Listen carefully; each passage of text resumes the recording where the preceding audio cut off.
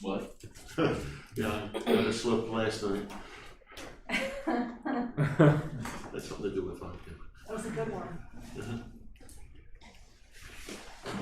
We'll be on our best behavior. Thank you, Ms. Cooper. All right. So at 6:30, we're going to start with the Facilities Committee meeting tonight. I do not see any members of the public here with us tonight, so we will skip the reading of the public comment policy, and we will jump right into the agenda. I'm just looking to see. So Facilities would be Sidewalk first. yeah, and that's done to the reading here. So okay. So my apologies. Site Logic, jump right in. We're ready to Have go. an update for us? Yeah, we are. So the goal tonight is we're going to work through 22 priorities as far as what the priorities might be from the board. We've got a couple items that we need to discuss. Some of them you've seen before. We're going to review the parking lots again. We do have some paving, some curbs, some asphalt that we want to talk about, and then we'll jump into the salt storage shed. We've got the maintenance building to discuss, the South Middle School Auditorium. We do have an agenda just for everybody. We've got kitchen and cafeteria renovations on that list to consider. Some of the higher level stuff, the things that we're going to go through first are kind of the bigger projects, more bigger initiatives that we're going to look at for that year. And then we'll talk about the other facility priorities, which are the 2022 maintenance priorities. Everything is line item price, so I will review pricing. If we have questions about the estimates, again, they are estimates at this point, in preparation for what would be a Q3, Q4 bid plan. And we'd like to go to bid as early as possible because of what we're seeing right now as far as market conditions. Inflation is real. It's happening. You see it if you're traveling out to Lowe's right now and trying to buy lumber and those things. We want to make sure we're getting ahead of that curve, especially in the additional big curve in 2022 and Q1. So once we are able to establish priorities, hopefully tonight get some direction from the board as far as what you guys want to see go to bid. Then we'll be able to bring the bids back in September, October timeframe for board approval on those scopes of work. And certainly that doesn't stop anything else that might come up that we want to develop. We'll continue to work with you. But the first one is the 2022-2023 high school North Middle School campus. The reason that we have it 22-23, some of this work would bleed into the fiscal year 23. So if we're looking at it from an expense standpoint, you'll see those that the work that can be accomplished in a single year is included is a single year. Lot 1, Lot 2, 4, and 5. We have presented these lots obviously as far as what we're looking to accommodate, which is where we want to be able to get everybody to be able to park on campus, those who drive to have ability to drive to school now, so that we're not having the issues that we have as far as parking accessibility. We did so in locations that we've discussed, as Lot 2, trying not to encroach upon the soccer fields and the athletic fields that we have upper in the upper left-hand corner of the site. Lot 1 being self-explanatory, just an expansion of the existing lot structure that we have out here. Lot 4 is a resurfacing, repaving, reconfiguration of what's available to us there. And then Lot 5 being up and behind the bus storage facility, bus terminal. Again, our estimates for the parking lots are line item by lot, by parking, and these are the ones that we've kind of narrowed down from that list. I think we had 7 options when we originally looked at this. We're now down to the 4 that we've kind of worked our way to at this point. This is work, again, if that's something that we want to pursue in the 2022 year. We are looking for, just from you all, whether or not this is going to be a priority for the 2022 fiscal year. And what's the status on the situation in front of North with trying to add an extra way in or out to try to help the traffic situation? So my understanding is that they don't want us to put another turn lane on that road. Is that fair to say? Correct. Who's that? The traffic engineer. We had a traffic circulation evaluation done by a traffic consultant, and they actually took a pretty thorough look at like in the mornings and in the afternoon dismissals, and used drones did all the traffic counts, and based on their recommendation and what they saw with the parent drop-off traffic and the bus traffic, they really felt that with some retiming of the existing traffic signals on North 5th Street at the main entrance to the school and then down at Blooming Glen, because they're kind of connected to one another. And based on their evaluation, they really think that you can alleviate a lot of the backup that you experience by doing that, because I think they're looking at, one of the thoughts was looking at the one kind of bus lane that comes in front of the middle school and kind of works in a counterclockwise direction, because that's all bus traffic. And I know there was some talk about maybe then connecting from that lane up into the parking lot that's in between. And the thing, really, just on the assessment of that, weren't really convinced that that would alleviate any of the backups that you have, because with that one bus loop in front of the middle school being all the buses, if you made a connector in between the bus loop and that parking lot, lot one, that then you start intermingling cars and buses in that same lane, and does that really help things? But we've had a lot of extensive conversations after their study, but they really believe that the first step is to retime those lights for the times of days when you get the heaviest traffic at drop off in the afternoon dismissal. Based on the counts. Now, granted, of course, these counts are done during Corona when you weren't up to full speed. But at this time, that's what they feel is the engineers is would be a good first step approach on. Because I'm just wondering if you widened that bus lane so it wasn't just a one-way, and when you connected into the parking lot and made it two-way, and then the buses are only there for a short period of time. Once the buses leave, then, just like where we have the buses at the high school, right? Like, it's basically from 3 to 3:30 or whatever the times are. There's two different times on a sign that cars can't go through.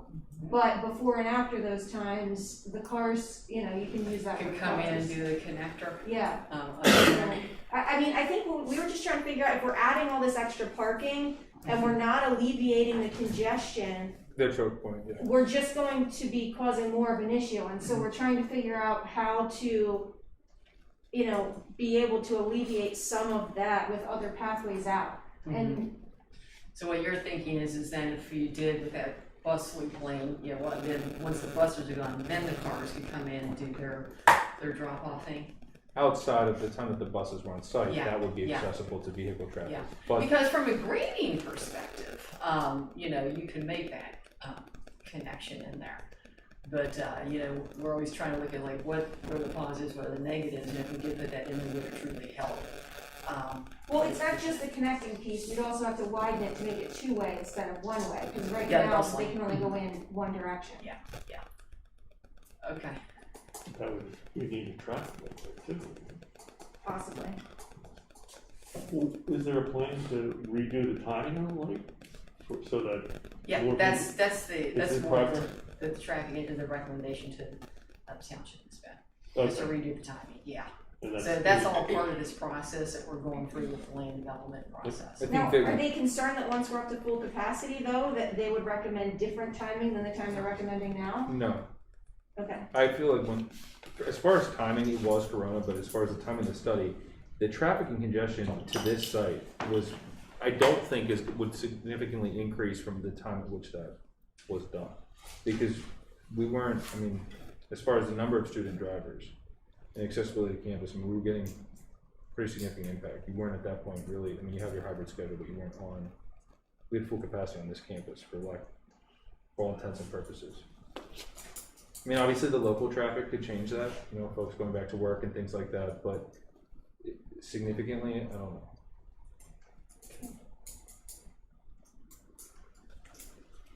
It's what we had available to us though as far as traffic study at the time that we were asked. Unfortunately, it's been a year, so. Well, I think the timing at the light is pretty bad during that. It's gotta be a It's big terrible. improvement. Yeah, You sit there That and no one comes by for minutes, Right. and then you go. That shoot, light is tank, well, awful, it's- right? And I think from the township standpoint, they'd like to see that from a traffic planning perspective. That'd be the first step to mitigate some of this congestion. If it doesn't, then we can start to look at, accessibility. Yeah, and They'll the make a big two difference. traffic lights, the one in Blooming Glen and the one out here in the front, they're it's kind of synced with one another. So that's why you would want to do both of them. And It's more and economical too. I think as the first step, that was the traffic engineers really believed that would go a long way in alleviating Right, I understand, I guess what I'm looking at is, if we're going to do a huge, But they said. if we're gonna do a huge, parking lot project, we'd wanna do that at the same time rather than do that later, But I right? think, do we have time to revisit this? If we can implement the timing of the lights immediately, there's no reason not to go forward with that with the township, right? If we can do that and we have time to evaluate the effectiveness of that, and then revisit your thoughts, is there time in this to revisit? Why, yeah, absolutely, and I think that's the most economical way to do it, because we can, adjusting the timing of the lights is obviously Right. economically better for the district and for. Is that gonna be easy to do? Because I've heard that it can be a nightmare sometimes trying to get them to actually change the lights. I think that they understand that how serious you are as far as driveway accessibility and things like that, that's gonna leverage that conversation. Okay. Yeah, and based on our conversations with them, I don't really see you getting a lot of pushback Yeah, from the municipality. seemed amenable to it, and I think they understand, you guys are really looking at these site plans very seriously because of what you're trying to alleviate. I think there's. And have you been talking with the township engineer? Is that who you've been talking with, or the supervisors? It's the township engineer. Okay, so Mr. Wynn and his group. We haven't yet Okay. spoken to the supervisors, but Okay. yeah. How Yeah, many, we've done this how many supervisor, overall yeah. spots will you be at? Okay. The total number of spots, I don't think I have on this It's not on this slide, chart. yeah. We're adding 215. 250. And you're gonna ask that, we Yeah. have 1,400 total. We have 40, we're adding 250. Yep. And what's the difference? Why is lot 5 so expensive? Because of grading, Grading? and we also had some issues That's with. back up. Now retaining, yeah, that So one, students would park there? No, this is It's just for- bus parking. Just bus parking. Yeah. But they're gonna add bus parking, not That's correct. faculty. We'd be relocating buses. It's a little bit of reconfiguring. Yes. Right. Yeah. I can add a little bit to that as well. As Garrett mentioned, also it's grading. Then there's also a retaining wall required on the north side of that, around the perimeter. And then there's some demolition of because each buses, they have the guardrail and then the block heaters in front and then some lights. So there's some demolition or reconfiguring of that, and then also too them adding new guide rails and some new block heaters in as well. So that one just has a little bit more in kind of a utility perspective. It allows us to open up that space, the spaces that we have around the bus terminal for other use. Yeah. And And then also in that lot on the left-hand side, driveway that you see coming down that's shaded, that's where they want to put in that piece of snow removal equipment. It switches the snow off of the. So when the buses Okay. come through, It's it'll a take the pretty- snow. Right, remember that scraper? Yeah. It's a wonderful, interesting piece of equipment in that they actually just drive under. It's like a big snow plow, but they drive underneath it and it swishes the snow right off. Mr. Ward, lot 4 is the front of the transportation building on the other side of the north, and lot 5 is behind it. Okay. And the gray area in lot 4, we now have buses and vans parked in, and the rest of that lot is for our employees. We're out of room for our employees, and in lot 5, we have buses parked everywhere and anywhere that we can find a spot, along with other pieces of equipment that need to be housed behind the fence. So what we're trying to do is get the buses out of the front lot, around to the back, and have enough room to house everything that we have. For example, like the band trailer.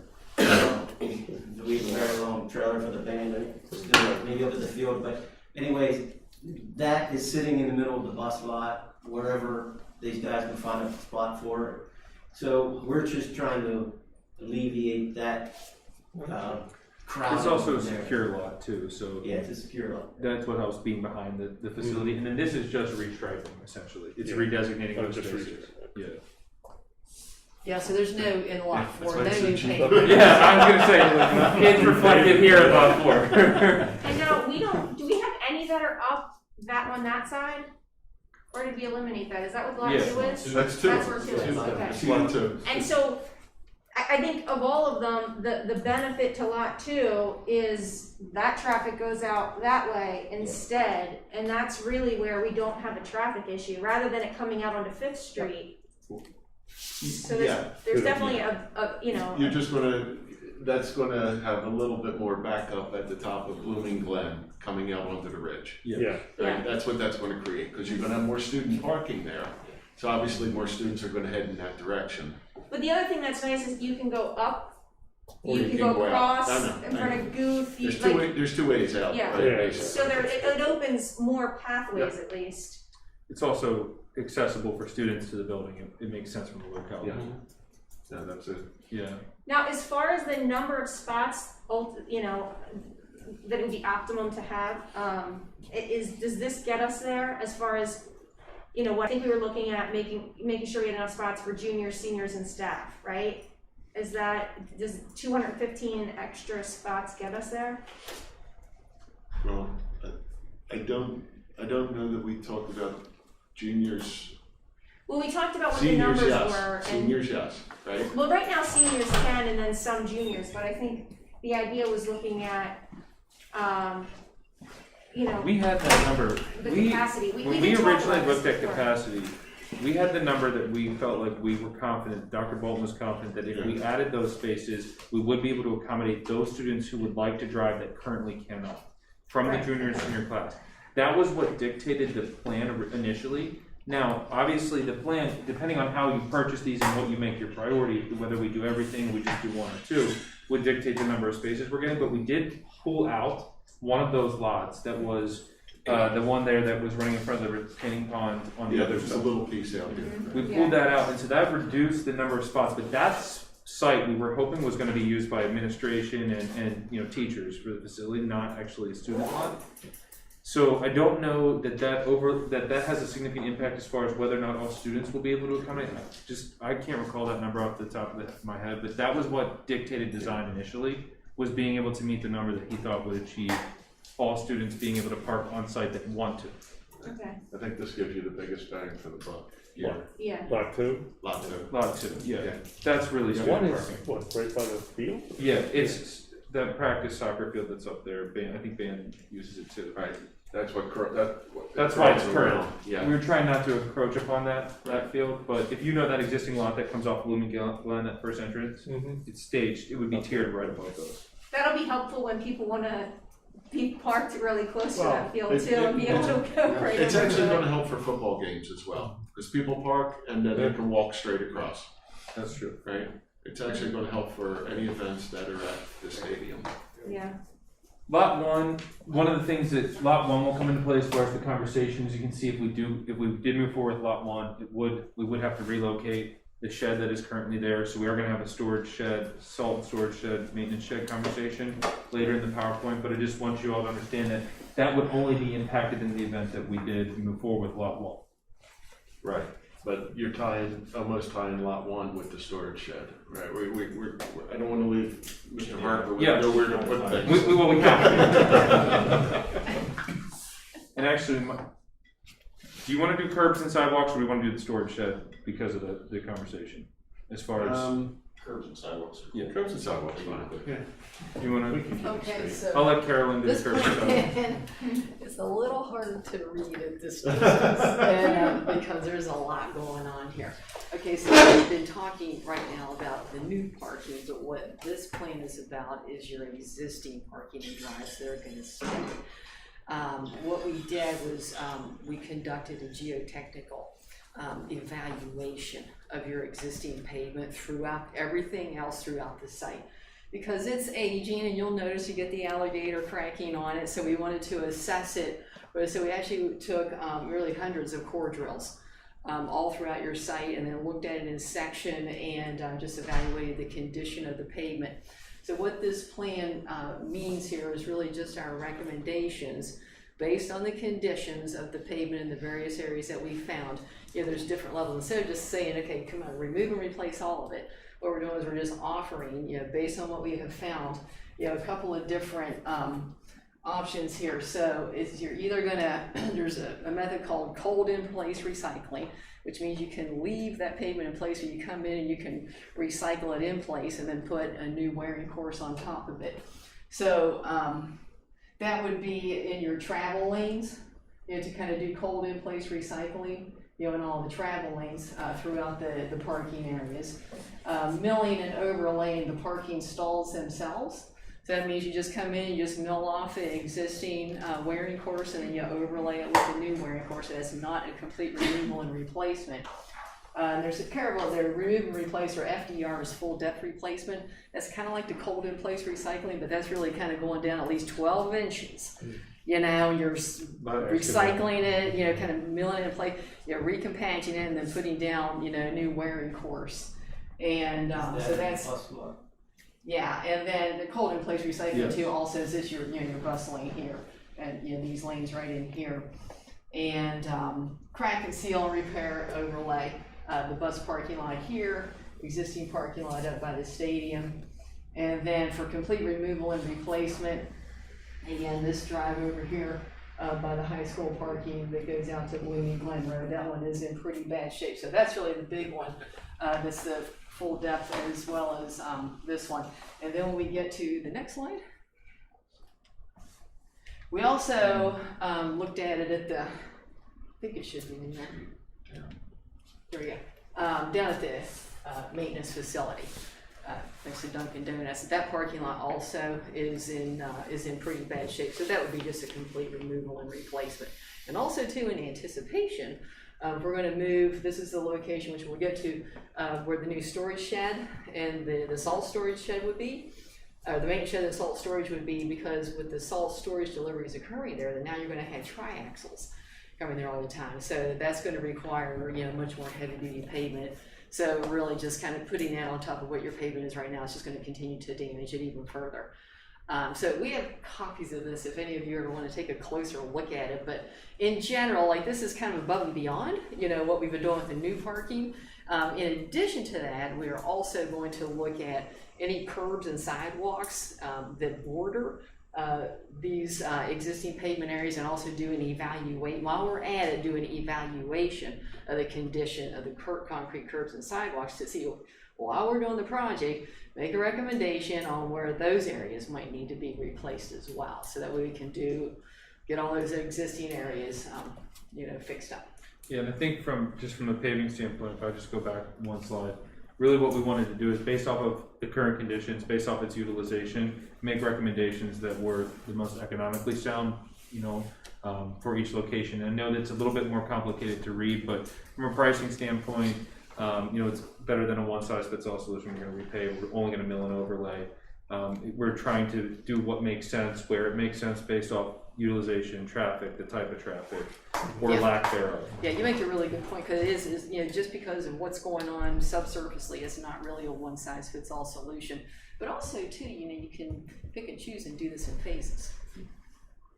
You don't have to do it all at one time. Right. Like, for example, Blooming Glen, if we go and we start on lot 2, that's something that we'd want to tie into that project, just because, the road off of Blooming Glen, this one here, that really does, that's in bad shape. We're only going to be adding additional traffic to that.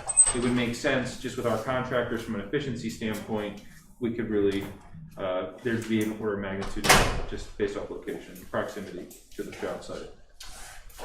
Is there any type of difference, I guess the best word I can come up is life expectancy for the various different types here, whether it's complete replace, or the recycle, or the just the mill? Well, I don't have no idea, but would a full replace generally last longer? Sure. I know it's probably obviously dependent on the type of traffic. That's just it. So it is. So the life cycle is going to depend on the type of traffic. So the recommendation and the life cycle of the recommendation is going to depend on what it is. So you can see, we've specified a very separate solution for parking spaces versus obviously the bus transfer lot. But what we're trying to get is the most extensive use that we can out of what you have based off current conditions, so that we're not ripping something out that otherwise is practical for parking, right? Like, we'll mill and overlay it, it's going to look fresh, it's going to be new, but Okay. So, Kelly, have you looked at all of these recommendations, and do you agree with each method being used in each area? Yeah, I'll say they did a really thorough investigation. I don't know how many 100 pages it was, and all the 4 samples. There's a spectrum of seal coating and crack filling, all the way down to some processes that I've never done before, the cold recycling in place. I called a few references, Limerick Township, Bethlehem Township, and they actually said some of the things they're recommending are half the price of others with the same success. Those municipalities have been using those processes for about 30 years, and it makes sense what they're recommending, so I think it's a good plan. So is there a timeline you would recommend for what to do when, or is that somewhat contingent upon also what parking lots we pick to add or not add, right? I've seen several projects like this, the longer you wait, they don't get better. They can only degrade from here, so. So we'll start moving into new categories, right? Do as soon as you can to extend that life. Yeah, you will never regret that investment. So the question is, how do we get the township to do that with Blooming Glen Road? Yeah. Well, At the same time that we do the project. Well, Mr. Kraus, considering you live in this township, conversation for you to have. I'm happy to know. Right, Mr. Cormack? Yeah, right. Hot mic. I'm just curious which parking lot's closest to the baseball field. I didn't see that on the plans. Just asking. Yeah, to your point, it would make sense to bundle some of this, right? If we're doing the parking up here, it makes sense to touch area 1, 2, right?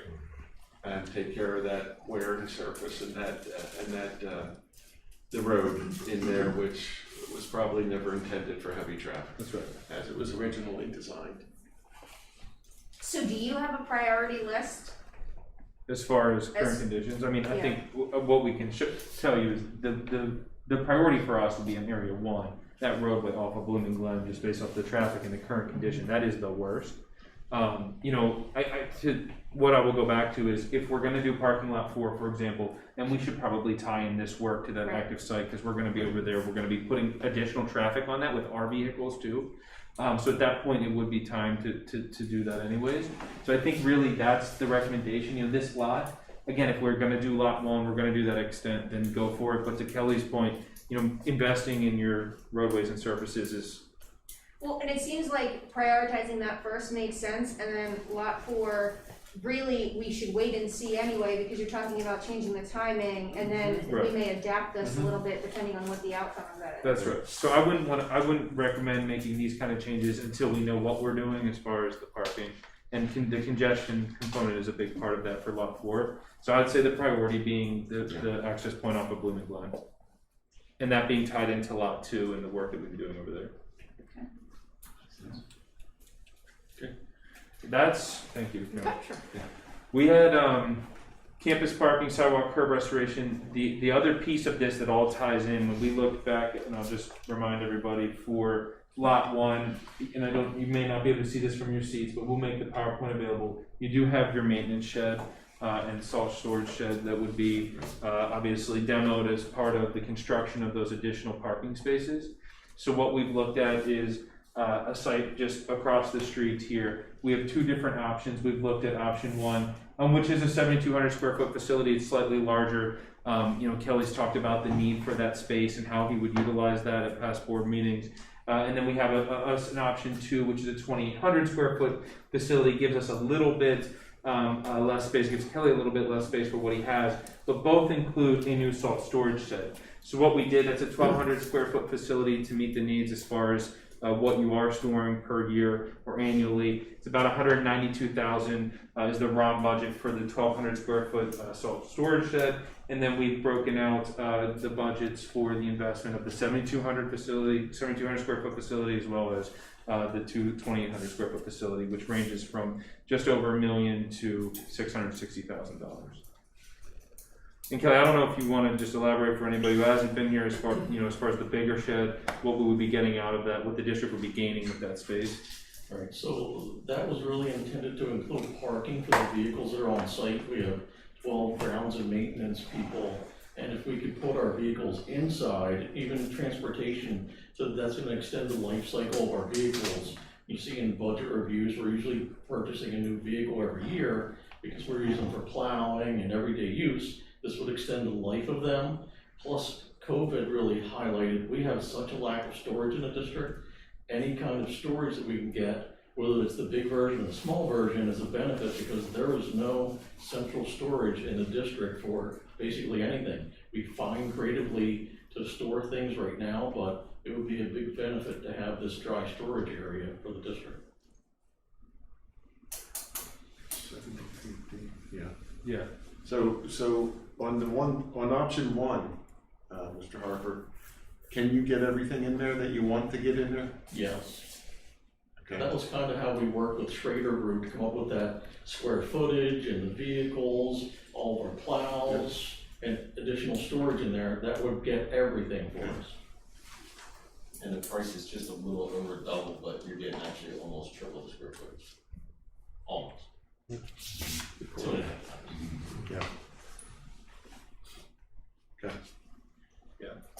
There's some economy to that, you know, as far as he said with life cycle equipment, Right, just other right, storage right. needs. And I know it's a big one. Does the band trailer have space in there? It does not.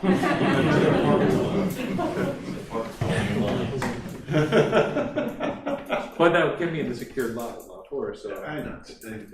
They can meet up sitting But you've gotta outside, repaint too. that thing too, so. That is exactly, it's a Yeah. big trailer, that wasn't Yeah. cheap either. No, it's an expensive route. Tell us again what ROM means. Rough order of magnitude budget, so that's just our estimate at this point. We don't, obviously, as far as design, you know, it's really a written concept, we're looking at square footage, so we're doing square foot estimates. It's a responsible budget, we don't ever wanna be higher than our own budget, we wanna be lower. But if you were preparing for, you know, a worst case scenario, then we're gonna use a ROM budget for preparation and planning. And it does take into account too the current market conditions. And one last question, does that salt storage budget, is that included in option 1 or 2, or is that additional to either So- one of these? This is additional, this is just the structure. Okay, I just wanted to make sure because of the way that Yeah. the picture is and the options, and that's over there, I just wanna. And what's included in that Everybody estimate is at the table. also the resurfacing of the Yeah. lot and the additional surface work.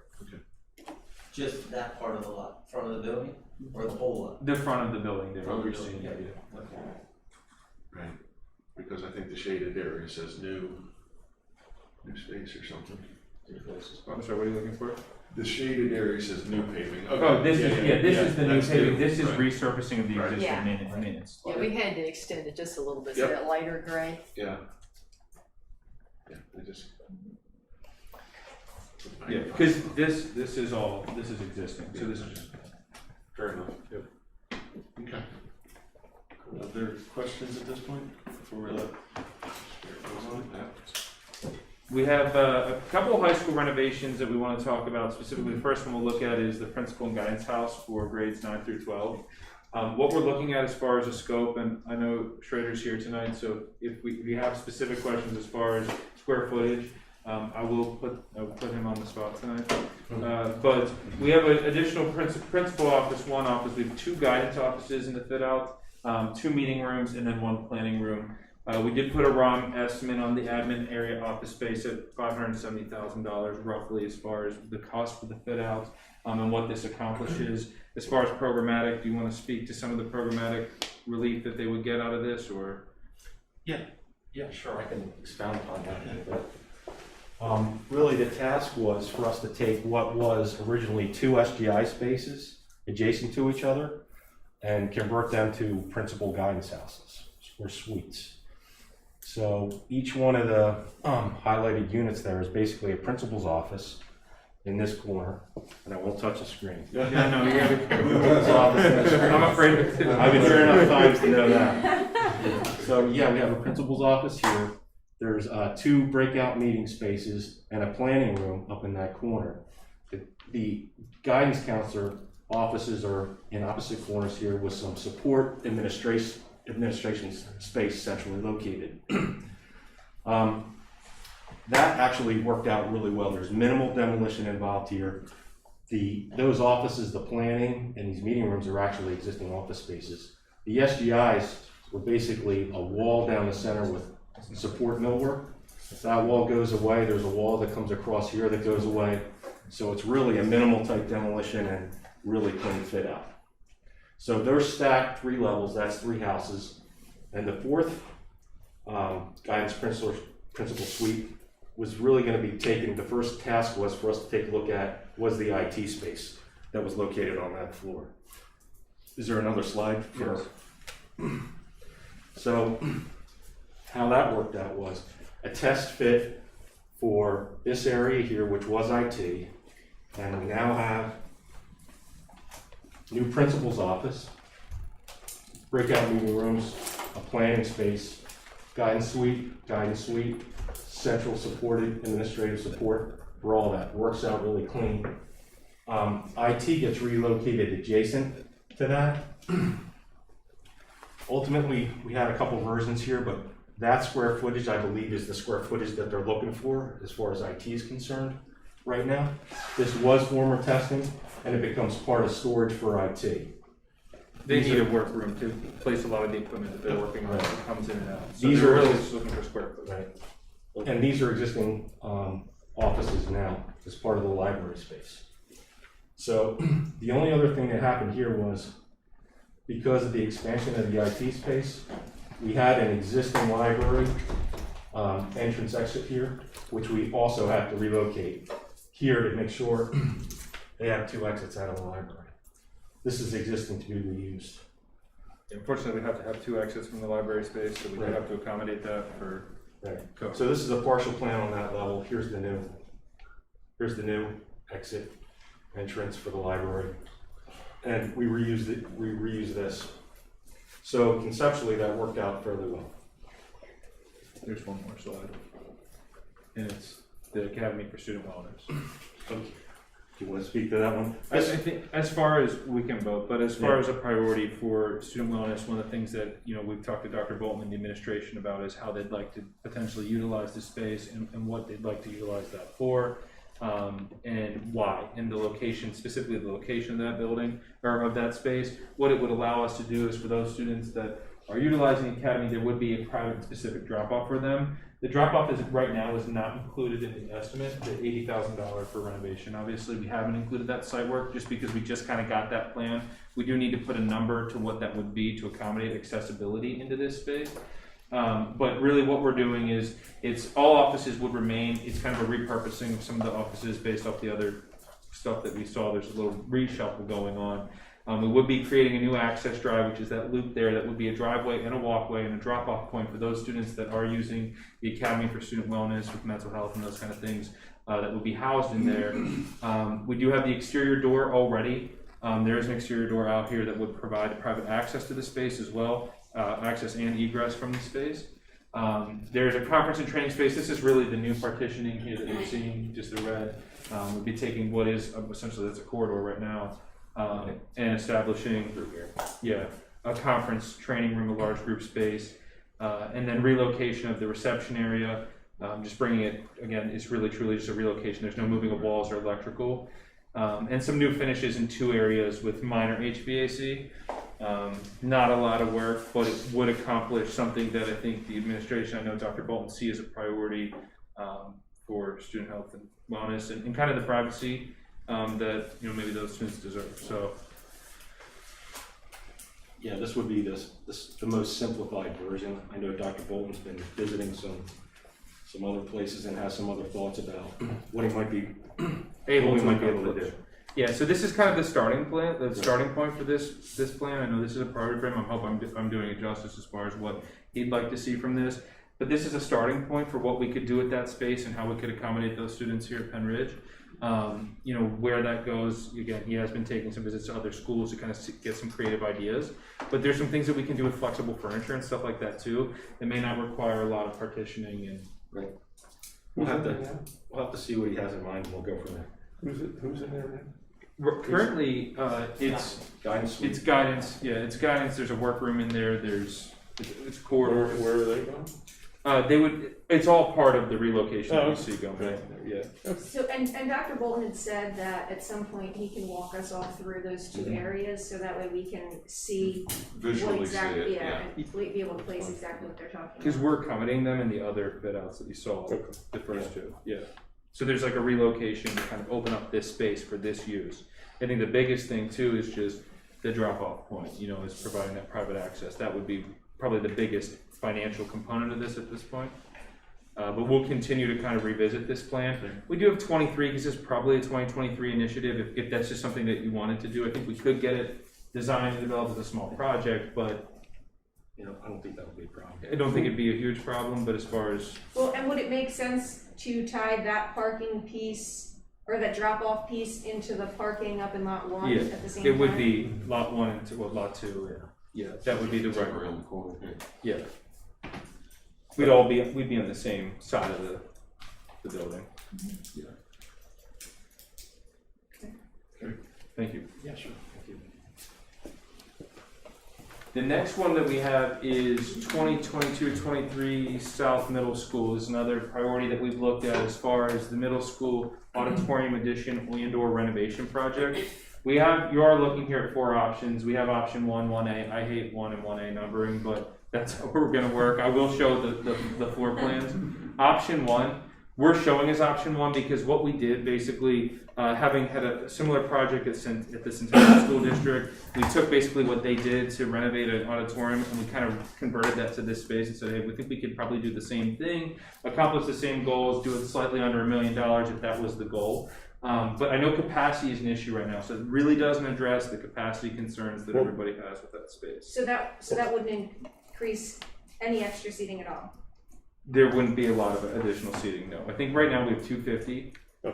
We think we could get closer to 300, And how, maybe. I know we talked about this last time. But that would be using the. How many get the students are number. in that building? Do you remember?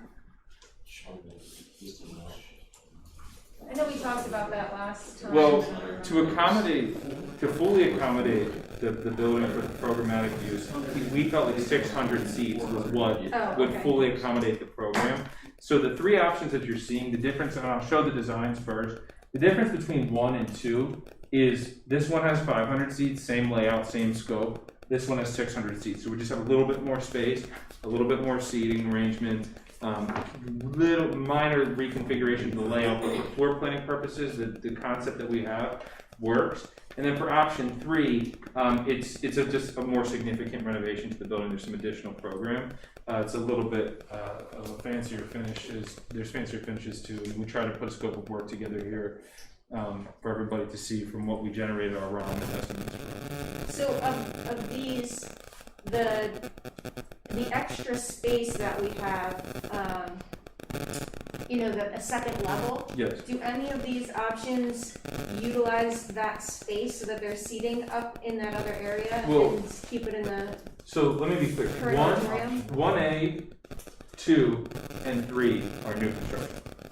So we would not be reutilizing that space in any way. Oh, Option 1 would be where we would get the additional capacity from the 250 is trying to take advantage of that. and how many extra seats would you even get doing that?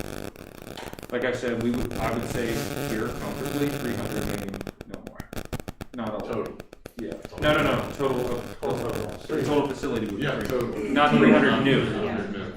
Google told me there's 483 students at the south. Google told you that? Yeah. 483. Okay. Yeah, because it's a shame because it really is a neat historic auditorium. If there was any way to reutilize that space, it's just, I know it's really difficult because it's so small, but. Is there seating up high now? No. No. So you got structural concerns, right? When you Well, obviously. Right now, I think there's basically classrooms up there. What were you saying? There is seating on the balcony level of the existing, it's just not But utilized. it's not utilized. Because it's It's used not- for storage right now. Right. Okay. Currently, there's 443 in town. Google was close. Pretty close. And there's 609 at the other 2 buildings. They're actually, this month, they're the same. Oh, that's interesting.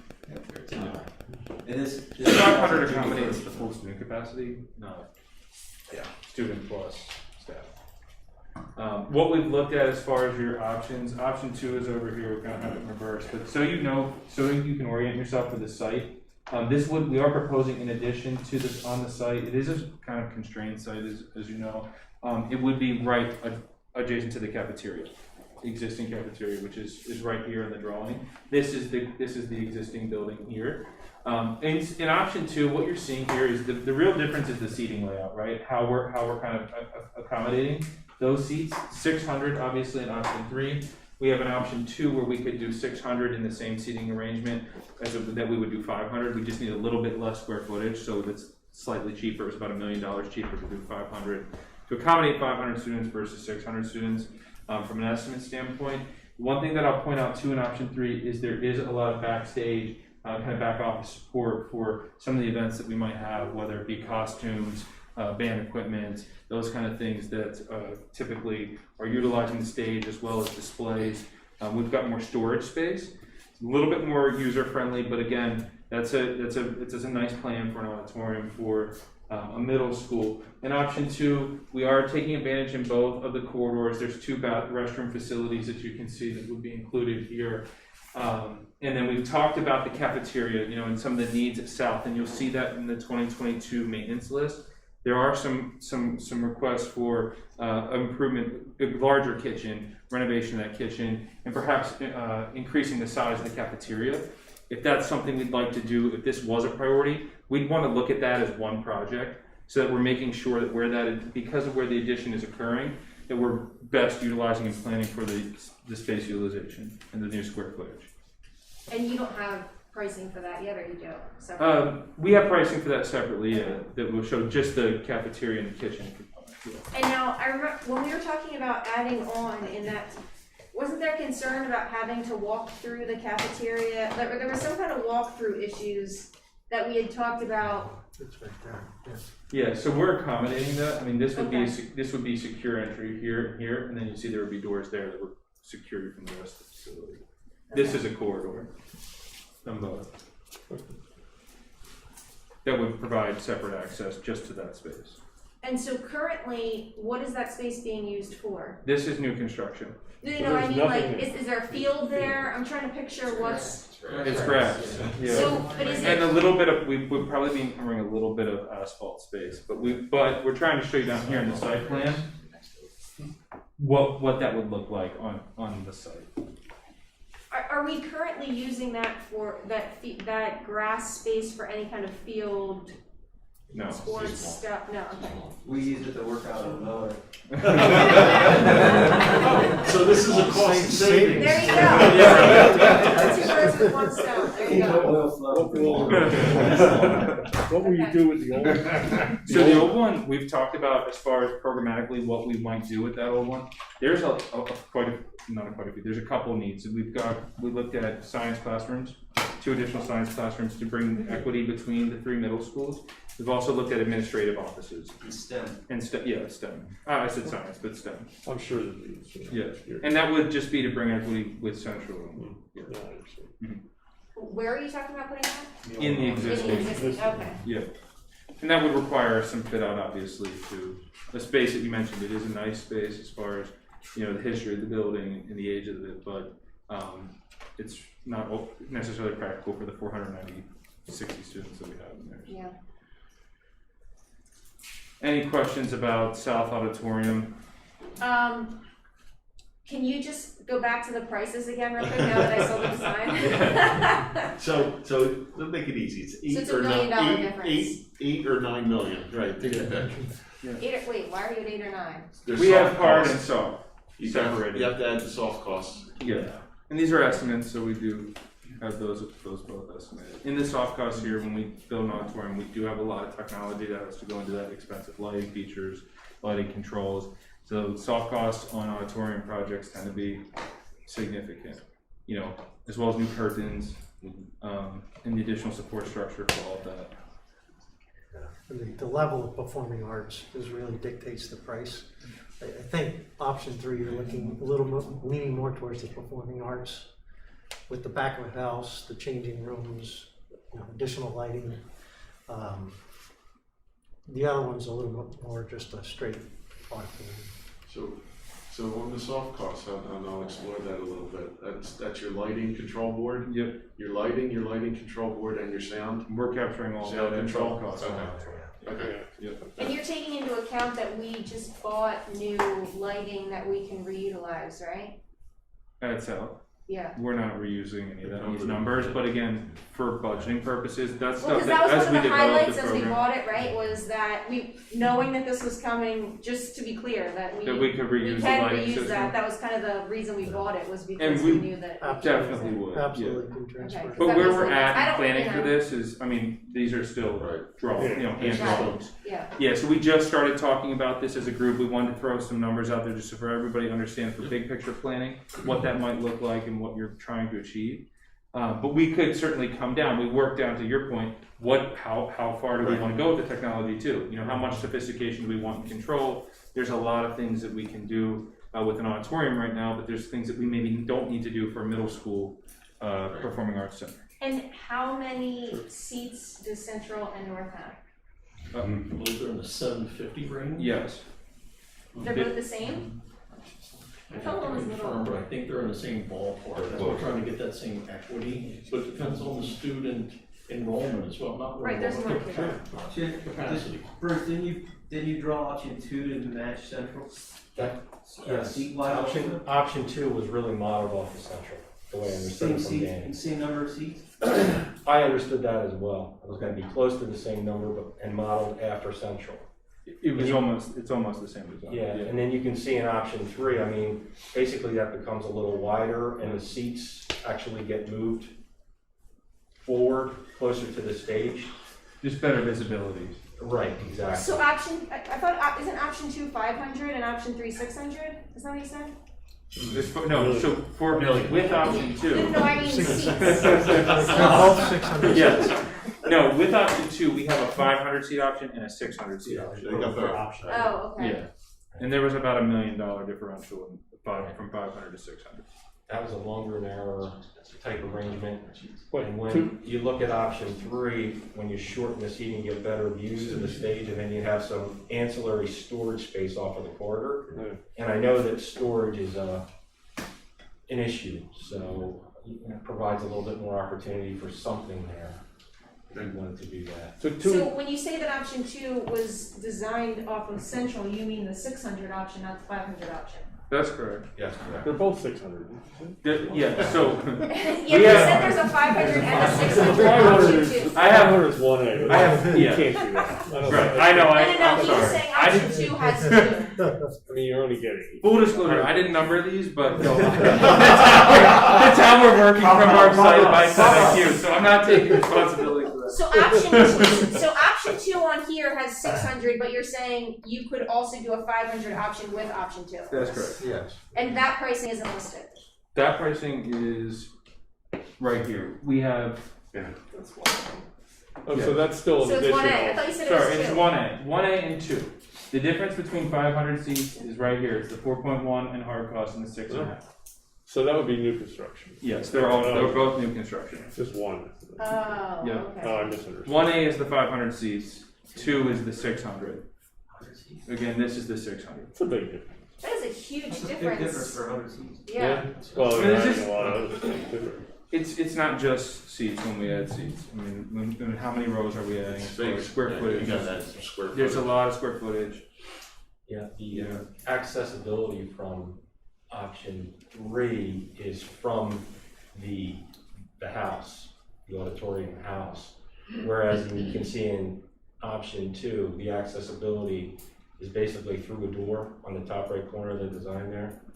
So you're going out more or less to go up a ramp and then enter backstage versus the way the circulation kind of works out in option 3 as well. I would point to it on the screen, but I'm afraid so the other thing that I'll point out here is the control rooms in the center. You do have, a variation of control space, a more modern layout for option 3. The other thing to remember is these spaces and pools in K through 12 are the absolute most expensive spaces in your building. You touch anything, it doesn't matter what you do with touch money. This is the technology that is in a space like this, and it's acoustical too. So when we add square footage, we're not just adding space, we're adding new acoustical you know, to the wall, the square footage, just a lot, it adds up. But again, these are safe numbers, so Right. Let's go down. they're planning. We'd like to improve on them, but. Okay. Let me add to that if I may, before you go on. So we had an initial conversation with the administration at the middle school to show them these concepts, to say, what are your impressions? Of course, they want a new space, but to talk through option 2 and option 3, pros and cons. And really, I think it's gonna end up being a hybrid. They really said that they need that storage that they see in option 3. But at the same time, they'd be okay with the option 2 floor plan layout. So it's kind of a hybrid between the two. And the discussion was just a moving target. What do you do with the old space?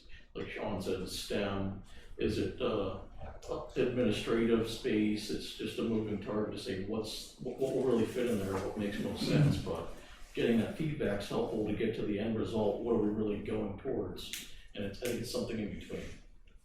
I think it would be nice to utilize that space in a way where we're kind of preserving some of the Legacy, character or that it yeah. has, yeah. That would be nice. Which would work better if we were doing it with like administrative offices and stuff like that, but it's gonna be difficult to do when we start to get into like science classrooms to maintain the legacy of that space, just because of the functionality and what we would be adding to a STEM room versus. Yeah, I think An office actually we could address that, but I mean, if it was gonna be used for educational purposes, for research, I think it's got a great relationship with the library. Yeah. So if you tie those two together, and it's a high bay space, there's some really, things we could do, Right. STEM research, something like that, to work that out educationally where it has a great relationship with the library. We just have to get really creative and really understand what the priorities are and programmatic, and then once we do, come back and show you how we could preserve some of the integrity of that building. Yeah, It's something we like to do. right now, off of the library, there's that really tight computer lab that you have to go through to get to it, and it's really crammed. So I don't know if that's something where they want to try to expand on that space with a computer lab there. There's opportunities there. Well, we can talk through the library. Libraries aren't libraries anymore, they're more a media center. And could we take some of that space to better utilize it? So if we're touching all these others, it makes sense to do all those projects at once. So we're really looking at it as the building, how can we best manipulate it to be the best building that it can be? Of course, the more you do that, the more it More costs. That's the balance to be had. So the kind of the final 2022, there's really two more pieces left. One is obviously the 2022 maintenance project. So what's kind of outstanding as far as when we look at maintenance, how we prioritize them with Kelly and the team since 2020, since we first engaged Penn Ridge. What's on that list for 2022 to be accomplished?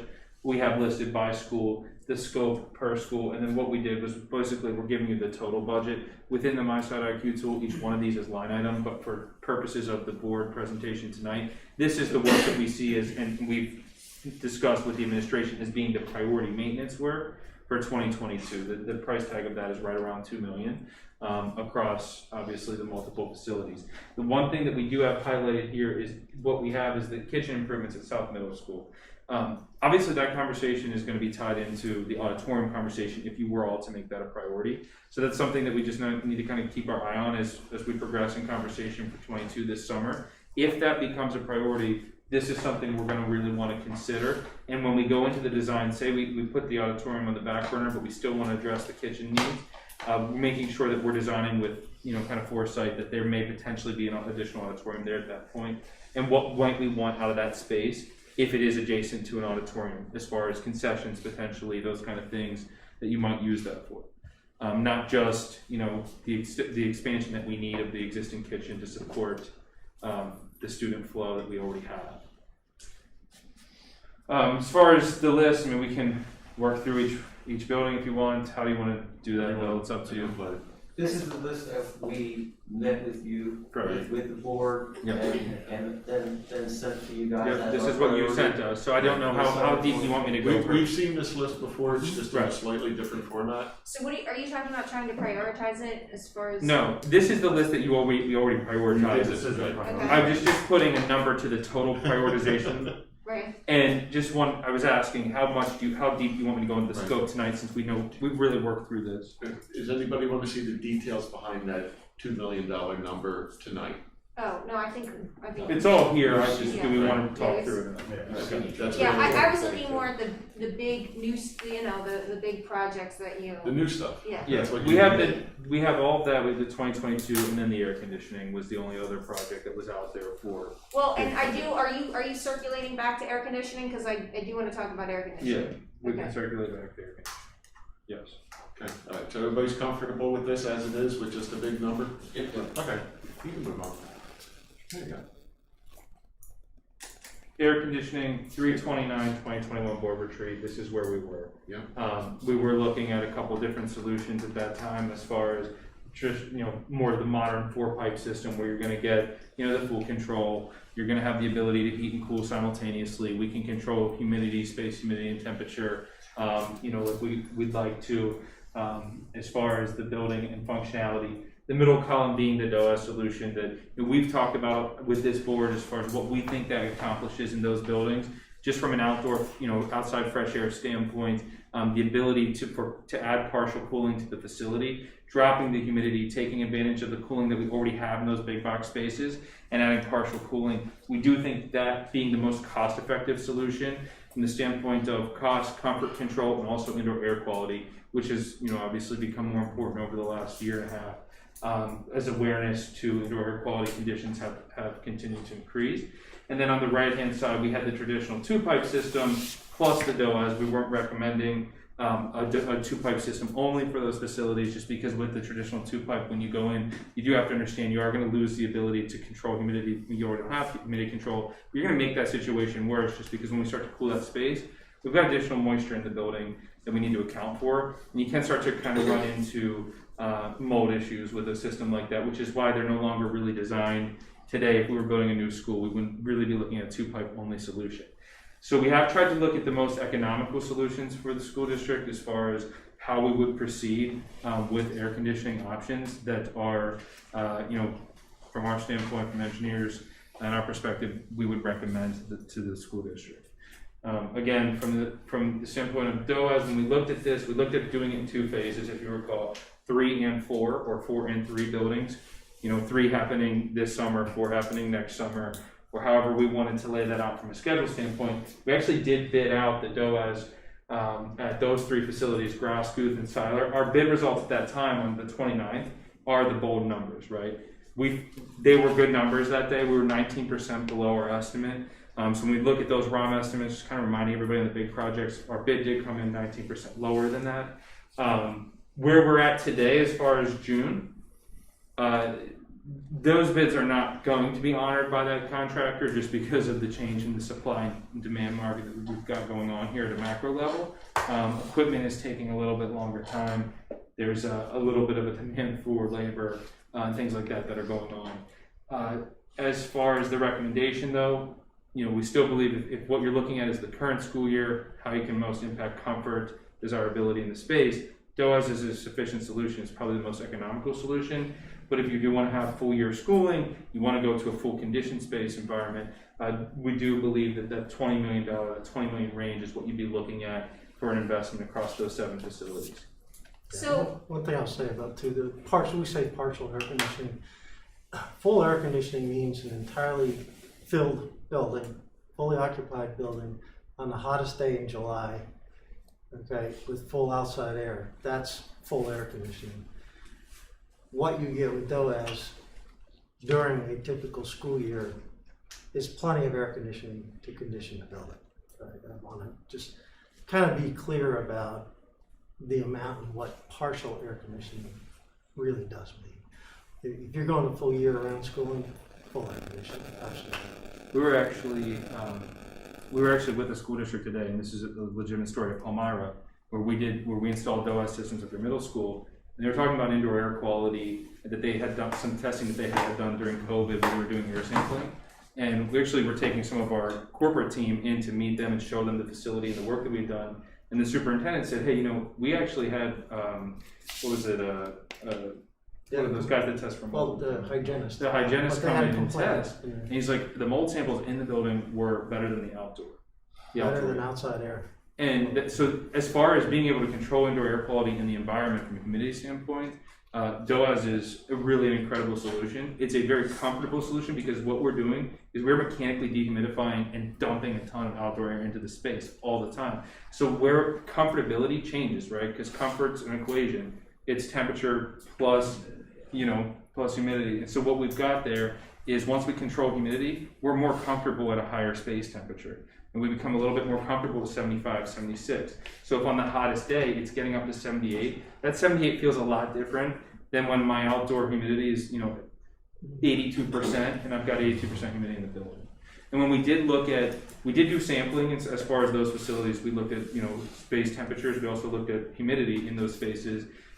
We did those tests. We did our sampling, I believe it was September. It was the last week of September. You were running 60 to 80% relative humidity in a lot of those spaces. So the humidity in those buildings is high. The comfort In the buildings that are not air conditioned or the buildings that are? in the elementary schools. Right, so I'm curious, because you're saying that there's all these humidity issues in buildings that have air conditioning. All of our secondary schools have air conditioning. Have you noticed any kind of mold issues or humidity issues in any of our secondary buildings? What I'm saying is with the two-pipe system, if there is a humidity issue, we would not be improving that. We would not be able to control that just with a two-pipe air conditioning system alone.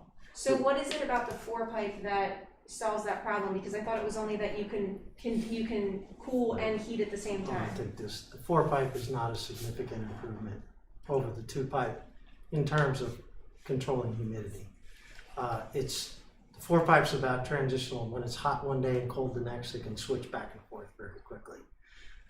The DOAS does a significantly better job of controlling humidity than either a 2-pipe or a 4-pipe. So there really isn't a difference humidity-wise between a 2-pipe and a 4-pipe? Not a lot. So if we aren't having issues with all of our secondary buildings that are air conditioned, we likely wouldn't have issues putting air conditioning in. I mean, everybody's been using air conditioning. We haven't had any humidity issues, mold issues. I don't know if we've done any data loggers or if Kelly has any. But I know there. Just say that there's a humidity issue. I don't know that. We don't know. I don't know that. We don't know. Okay. Well, when you take into account that the ones that you bid out, the 300 DOAS, were about a 19% savings, right? At that time, and again, that was March of 2021. Right. But if you're comparing apples to apples and you did a 19% or 20%, I was looking at 20% because I thought it was 19 point something. Right. I think you ended up It was at 19.3, yeah. Yeah. So I think it was like 8.5 million or 7.5 million, I forget, to do all of the air conditioning. Just if you did a 2-pipe air conditioning system, I think it was 7.5 for that and 10.5 for DOAS. So you save $3 million if you do a 2-pipe air conditioning system without the DOAS as opposed to doing DOAS. So you've got to decide whether that DOAS humidity piece, where it's not going to be as effective in the summer, is worth the extra $3 million. I mean, As far as the most efficient way to cool those buildings, the 2-pipe changeover would be, if we're just looking at adding cooling, I think from a cost standpoint, it would be the most cost effective. The problem is, when we've evaluated really our ability to do a 2-pipe changeover without, kind of going and doing full 2-pipe install, is we've got issues with the units in the closet. There's not drain pans. The piping is not sized appropriately for the cold water. There's a little bit more to that than just taking the DOAS number out of this and saying, okay, that is the result of the 2-pipe air conditioning for cost standpoint. So, and there's additional controls that would need to be installed. That number doesn't break out quite as simply as it. As it stands, the way this table was built, the question that was asked was, okay, if we put DOAS in, what's the additional cost of full air conditioning? That's what that. well, I mean, we actually had asked what it was to compare the two, but then it was given in this fashion. And then when I asked you, you told me that if I subtracted DOAS numbers, it would give me the air conditioning numbers. Right. But the 19% wasn't factored into that. So I did all of that math, and that's why you ended up with 7.5 million compared to 10.5 million. Right, and I'm acknowledging what you're saying. That's not bad math. What I'm telling you now is, as far as going to a 2-pipe changeover, this number doesn't just backing out the DOAS doesn't necessarily equate apples to apples to a 1-to-1 ratio. So to get to 7.5 million, I don't necessarily believe that that's a realistic number, the way that you're doing that. That's all I'm saying. And the other point that I was 19.3, it was a very good bid result. Very happy with that as far as what we got at that time. We're in a little bit of a different bid environment today than we were then. I don't know that we're going to see those kind of savings from the bid market. But where we would see those savings is if we could do this type of installation through the school year. So where we could start to get more competitive with our numbers is to say to the contractor, hey, we're just working in corridors, we're adding air conditioning to these spaces, can we work second shift, getting out of the building each night, with limited impact to the classroom environment, really just corridor impact. Then we can start to get more competitive numbers because we're giving work to people at a time that, at their non-busy season, where I think people will be hungry coming out of this summer. So there's give and take. I'm not saying that you're wrong. There's just give and take there. I don't know if that 7.5 is.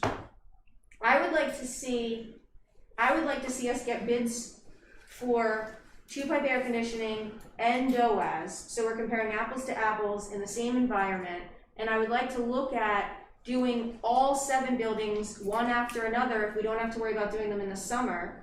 And if we bid all of those projects together and we did the second shift like you're talking about, and we just let them do one after another, if it's not going to impact the education during the day of the students in any way, I don't believe that it would. I mean, most of this work will be corridor work, a lot of it rooftop work. The work that would be going on in the classrooms would be limited to, above ceilings and on the wall, things like that. Unit ventilators. The unit ventilators. But that's, as far as classroom disruption, that's work that you can do. We do a lot of hospital work, we do a lot of second shift school work. We're out of there at night. We come in at 4 o'clock, we're out of there at 1 a.m. This place is locked up, it's clean. You're coming back to a space where you're adding air conditioning, you're going to notice some things, but it's not otherwise disruptive during the educational day from a noise, smell, pollutant standpoint, anything like that. And I understand what you're saying about, the DOAS maybe being a better option, but Dr. Bolton has made the argument in here that there's not very many days where it's that hot. And so when we're talking about trying to solve a problem, that's a shorter period of time, and the advantage being that you can also utilize those buildings in the summer when the air conditioning would be a better benefit than the DOAS would, and you're talking about saving several $1 million when you talk, especially as you look at 7 buildings instead of 3. Right.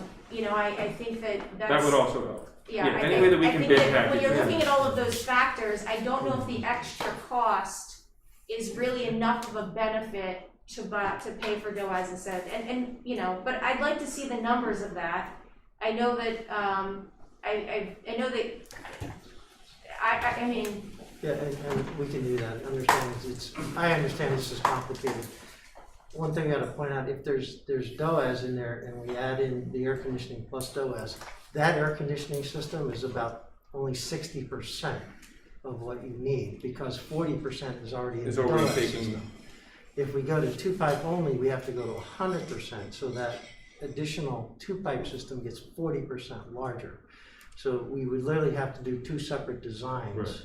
Okay, which just we so can you do. know, I did we can do ask that. exactly how you would figure out what 2-pipe was, and the answer that you guys gave me was to subtract DOAS from it. So that's how that was the process you told me to use to come up with those numbers. But Right, it's just not an exact formula. That's all I'm just Okay. advising. So when we say 7.5, I can't promise that it's 7.5. I mean, there's truly a capacity differential there that Rick pointed out. I don't know that we acknowledge that capacity differential at that time, so that's something that we would have to consider. The increased capacity that would be required if we were only doing a 2-pipe system, because to his point, there is 40% of that conditioned space coming from the DOAS. I think for purposes of the recommendation, when we look at air conditioning or any type of conditioning of an environment, comfort is one part of the conversation. The other part is we got to look at the health and the safety of the environment. DOAS is going to be the most effective when you combine comfort and indoor air quality in particular, as well as indoor humidity. If we're looking to control or mitigate any potential risk to mold or bacterial growth in spaces and or the spread of virus or disease, this is going to be that system is going to be the most effective in doing those things. So comfortability, I get that's only one part of the question. Maybe there's only 10 hot days in the school year. but that's not the only impetus for putting in a system like this, especially when we look at, the impact of, the spread of a virus through a school facility. You look at absenteeism having the biggest direct correlation to test scores. I would argue that actually that's the more significant advantage of a system like this is keeping our Would you students. be using DOAS year round, or would you only be using it when your conditioning is, like when you're heating through the winter and you're Right. talking It fall and runs- winter, or when you runs have year the round. most viruses, right? Whenever the building is occupied, DOAS runs. DOAS So it Winter, does run the summer, whole yeah. year, okay. So we're It has constantly heat- dumping that It has heat pressure. recovery in it, so it's also energy efficient. So in the wintertime, you're exchanging your inside air with fresh outside air, but you're capturing the heat. And as the cold air comes in, you're using that heat to preheat it as it comes back into the building. DOAS runs year round. Okay, alright, well, I mean, I'm not saying there aren't advantages to it, I just think that we need the numbers for both, so we can We do. decide whether or We not do. those advantages are worth the difference in cost. I So think just what to you're be asking clear, us is, Yeah. You're asking to see the DOAS numbers Mhm. yes, and then the two pipe air conditioning numbers. Yes, which Just- we can do that. Okay. So what, would the DOAS say it's 90 degrees and high humidity? What's the temperature gonna be in there? I know it's gonna be low humidity, but. It's gonna be surprisingly, I mean, it's depend on the occupancy of building, fully occupied Right. building. You might get as high as 74 or 75 in there. It's If not, it's low humidity. it's low Right, humidity. I right, mean, it's So you gonna don't wanna feel put like something it's in hot. and it Yeah. gets up to 85 and then people are saying, Just- well, why'd you do that? Anecdotally, the Palmyra Middle School, when we were building it, because it was the middle of the summer, the contractor turned the DOAS units on and left and just let them run full out. We came back, we had a walkthrough with He did that to cool for the with the board. school board Yeah. the next day. It was about almost 90 degrees outside. There was probably 150 men working in the building plus us. We were freezing in that building. It was so cold in there, and there was nothing but DOAS. And they turned that on, so they were installing a new floor, so they were trying to cool the building down and reduce humidity for the floor installation. And it was quite surprising to folks. It was- have you collected any kind of data when you've installed the DOAS systems in other school districts, yeah. where you can show this is what the outside temperature was, this is what the inside Yeah. temperature was? we Is have- that information that We you can can share do with us to pre-info- show kind of a time period where it was really hot, to show how much of an impact it had? We have a lot of trend data, absolutely. Okay, yeah, I think that would be really I'd helpful. be interested in that too, because I mean, if it's truly 90 degrees outside, but 75 in the building, then Good. great. And there's an option too, I throw out here, is, there's an option of doing a hybrid of what I would call DOAS plus full air conditioning, where we would take your big box spaces, your cafeterias, your auditoriums, gymnasiums, and put full air conditioning in those spaces. And then DOAS in your educational spaces too. So there's this hybrid Well, option. so we already have air conditioning in all of those Oh, we spaces. do? And So a when lot you're of talking- things- that's what I was saying, we would be getting additional benefit from the capacity that's already installed in those facilities with the DOAS by reducing the humidity. So all these buildings have. Right, so conditioning in the big are you boxes. talking about just putting DOAS in the classroom spaces that are not currently air Classroom and conditioned? corridors, yeah. Or are you, so you're not talking about adding DOAS in those large spaces where we already have air conditioning, correct? No, that's just, No, no. we're not touching the big box spaces. Penridge has gone out of their way to provide air conditioning in the big box spaces at the elementary school, so we would be including that in. So they're covered. Okay, got it. Sorry. And then, My bad. Mr. Dalbert, I know in the prior district that you worked for, they had DOAS systems installed there. Would you be able to reach out to them and see if they've had any days where it's been so hot that they were like, I wish what is their opinion of it compared to air conditioning, and are they happy with that choice? I think that would be a good reference point. But yeah, if we can, I think, like you said, combining all 7 together, having it in a time period where they're maybe not gonna be having a lot of work during the school year, in the second shift, all of those pieces may get us a much better deal. And so if we can look at it both ways, then we can see, And if what we ends can up bid it being- that way, we definitely will get better, more competitive pricing. I mean, there's gonna be a lot more interest in work at that time. We're working in, obviously an occupied space, but we're doing a second shift, we're under roof, so the seasons will not impact us. I guess I'm wondering if it does so well in 90-degree weather, why are we saying it wouldn't work in the summer? If you had 500, 600 students in the building, It's been on the hottest day in the pretty- summer, you may get 78 degrees, or, you know, you may get. It depends, I mean, in the middle of July, if that's your intent, to occupy those spaces at that time, and I mean the classroom spaces. Megan, the other issue is, in your shoulder months of the regular school year, you don't see 45 days of 90-plus degree weather. You see one or two here and there. And the building itself gets to absorb energy and it dissipates energy. The next day it's cold. It's because it's rain. It's not because it has rain. It's not like June to July where it's a sustained 2.5. Yes, exactly. So the building has a chance to react and dissipate heat. You don't have that over the summer, which is why it's a bigger problem over the summer than it would be in your shoulder months of a typical school year. Okay. But as far as improving the comfortability and indoor air quality, that is true every day of the year, 365 days a year. I think we have an understanding, we're gonna price just a straight stick 2-pipe system, and then the DOAS system. Right. And if you are looking at going to full year, you know, from an occupancy standpoint, you are going to have to condition those spaces to some degree, or you're going to need to, because that's obviously going to be undesirable. And someone from a different school district was saying they were on a conference call across the state, and one of the other board members from a different school district was talking about how they were getting specific grant money, and I'm not talking about like the ESSER funding, but that they were able to get specific grant money to add air conditioning and air filtration. So do you know if there's anything else out there that's specific? Definitely to... the ESSER dollars are applicable for a project like this, 100%. As far as a state grant or federal grant program, I mean, we're pretty aware of the state grant programs right now. Really, they're going to look at efficiency of the systems. These are energy efficient, so there's additional grant money that we could apply for through DEP for energy efficiency and just the installation of this, because like you mentioned, the heat recovery, that's the kind of stuff that they're looking for, because it's going to reduce your overall utility exertion. But as far as federal or state, Kevin, I don't know, are you familiar with any additional federal programs specifically for this? Not specifically, no. Yeah. Okay. And what would the timeline be for something like that with the DEP grant that you're talking about? The DEP grant is an open grant. I mean, right now it's tied to their climate change plan, climate action plan. So ultimately, it's based on when they decide to review their grants. They do it on a rolling basis. Is it something where you have to hold up the project if you decided to move forward? It's not like multimodal transportation right. funding.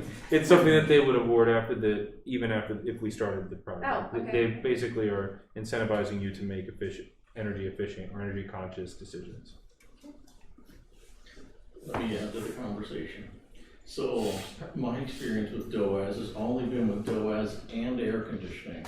So it doesn't play into that conversation, but back when we started talking about this, I did reach out to Mifflin County to ask them what their experience was. And that facility director, I believe he's passed away since. It's been some time since I spoke to him, but he said that he was not fully satisfied with just the DOAS solution in the buildings that it was put in. So everyone has different expectations. If you're aware of what you're getting, you need to know that you're not going to get air conditioning. You'll get lower humidity, and those things are all true. But I can say from Mifflin County, they weren't fully satisfied with just the DOAS solution and their former facility director's opinion. And I think that's why that data will be, I'd like to see that data, because based off the temperatures outside and what that does. Yeah. Just so, like Mr. Harper said, we know what to expect. And I think expectations are really key, right here. So as far as like what you do by being able to, one, establish expectations transparently with the board and the community, but then two, also with the occupants in the facility. What is the investment we made? What can you expect the outcome to be?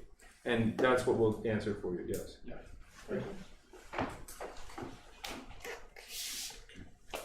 That's it for the presentation. Awesome. Thank you. Thank you very much. Yeah. Thanks, Sorry, you'll send that to me so I can get it? Yes. Yeah, and I might be able to save it to this laptop. It's on that laptop. It is actually on the laptop. It's on this laptop. Yeah.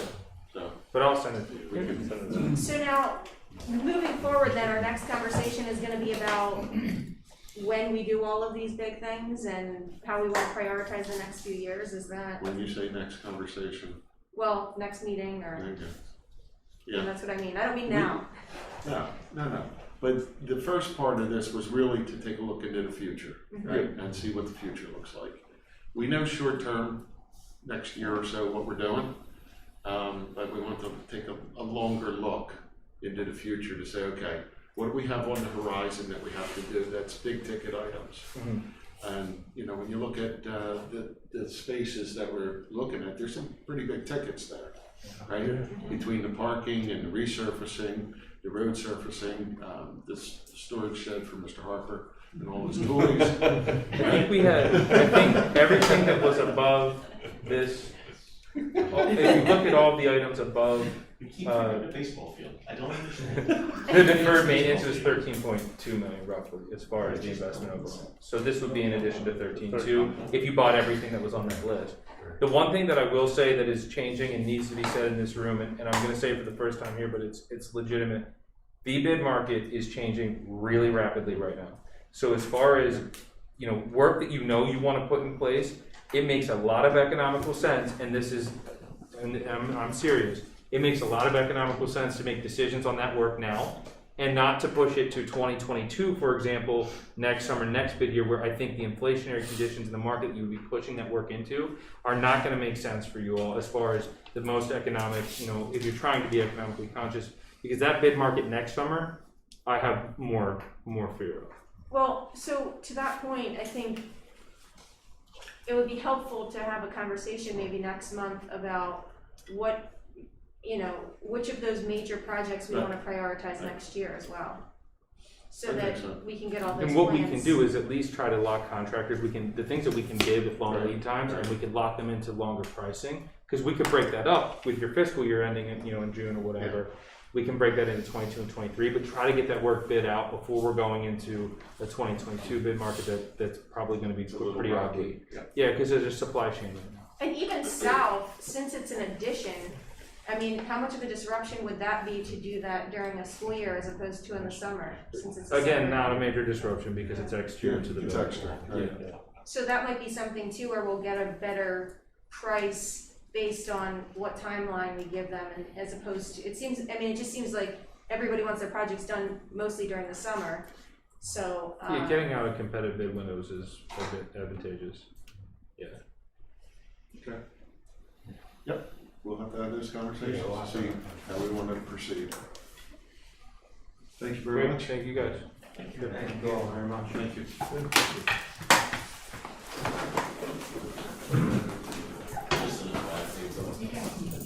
Yes, sir. Baseball fields aren't affecting any kids' society. Thank you. I'm on board with Jake. I think we need to have kids. Thank you. I'm leaving the presentation on here, but I'll send it to you. Yeah, thank you. Yep. I like it. Thank you. I like it.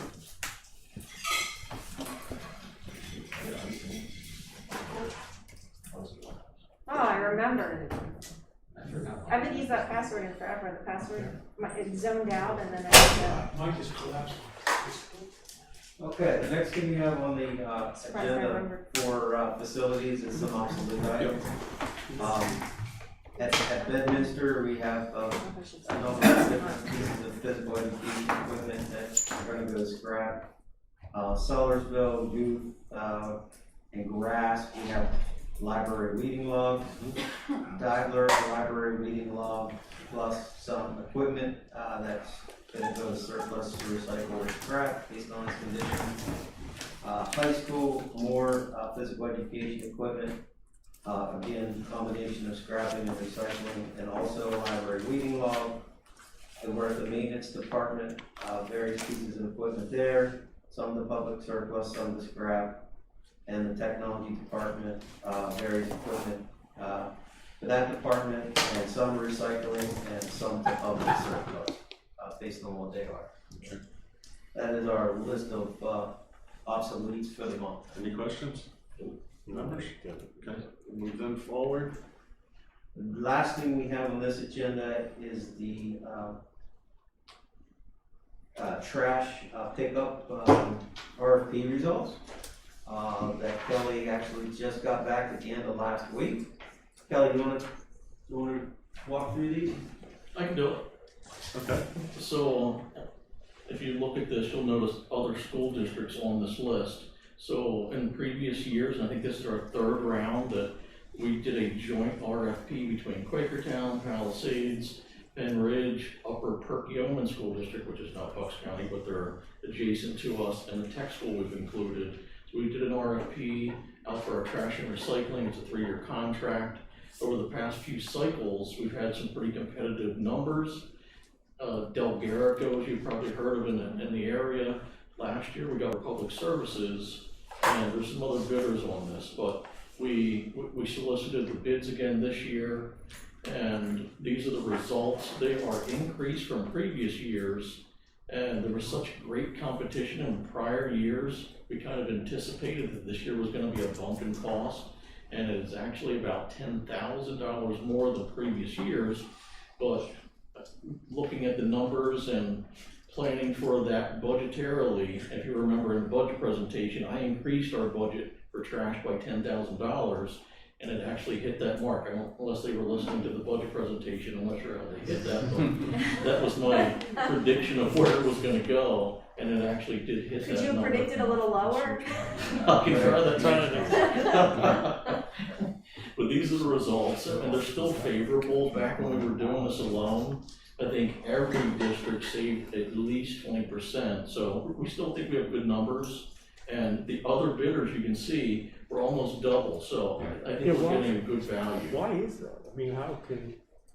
So even last year when the bids came in 10,000 less, we called for public services and said, how can you do this? This is half of what you bid in previous years. And their answer was, we have so many trucks on the road, we can't just leave them parked. We're willing to take a loss at these school districts, but our aggregate throughout all of ours, we're keeping people employed, trucks on the road, and they're willing to take somewhat of a loss in this RFP, but their big picture is they're still doing okay. And their equipment's already in place on site, so they wouldn't have to. Right, so no disruption of service, which is a I big contract out a lot of trash, and Republic on the commercial side is always better priced than all the rest. And I'm just curious what. I'm wondering if They do a good job. If they're just doing that for visibility purposes. It could be, right? But they're much higher on the residential side. Well, that's where they make it up, yeah. Yeah, They do. They're People like making it up as a whole, but they're not. And doing maybe so because great. it's more maybe because this is more cost effective, and so it, they'd rather get more of this business than that business. I think it's their trucks driving through the neighborhoods that they want. They want people to save the trucks. Could be. It's a tremendous The difference. big blue truck, you It's can't a miss it. huge And difference. then, it's a good And the other company. is the vendor, so we're glad that they put a proposal in. Yeah, because the this is consequences good, are yeah. huge. That's a good result. Yeah. Yeah, it's an increase, but we're happy with where we landed. Control. Thanks, Good. that's good. And I take it that's going to be your recommendation, eh? That is correct. Just to be sure.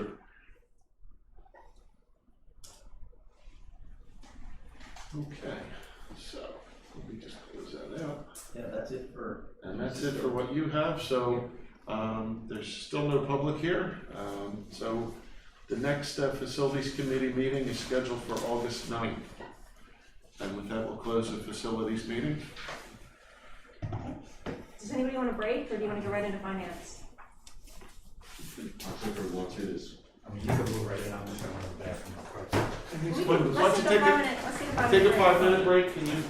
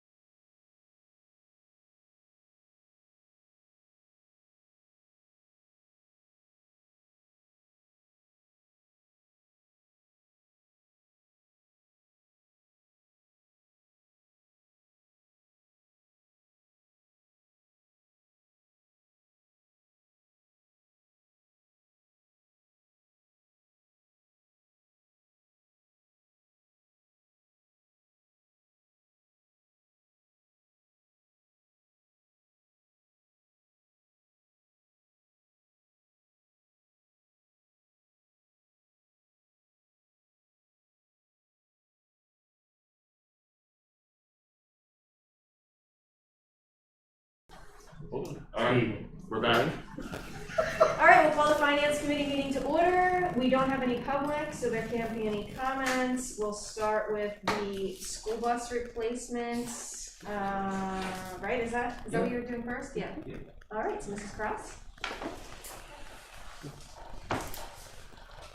So just a quick overview of what we transported last year. We had 95 home to school routes, 42 homeless and foster students, 41 work studies, 11 late bus routes, that includes the 4 o'clock and the 5 o'clock, 414 athletic contests and practices, 142 field trips, and 1 summer school run. That number for the last 3 items is drastically reduced due to the COVID shutdown at the end of the year. So the majority of our spring sports were canceled. Our fleet update. Current in inventory, we have 78 of the 77 or 72 passengers, and I include those in there because we only have 2 of the 77 passengers.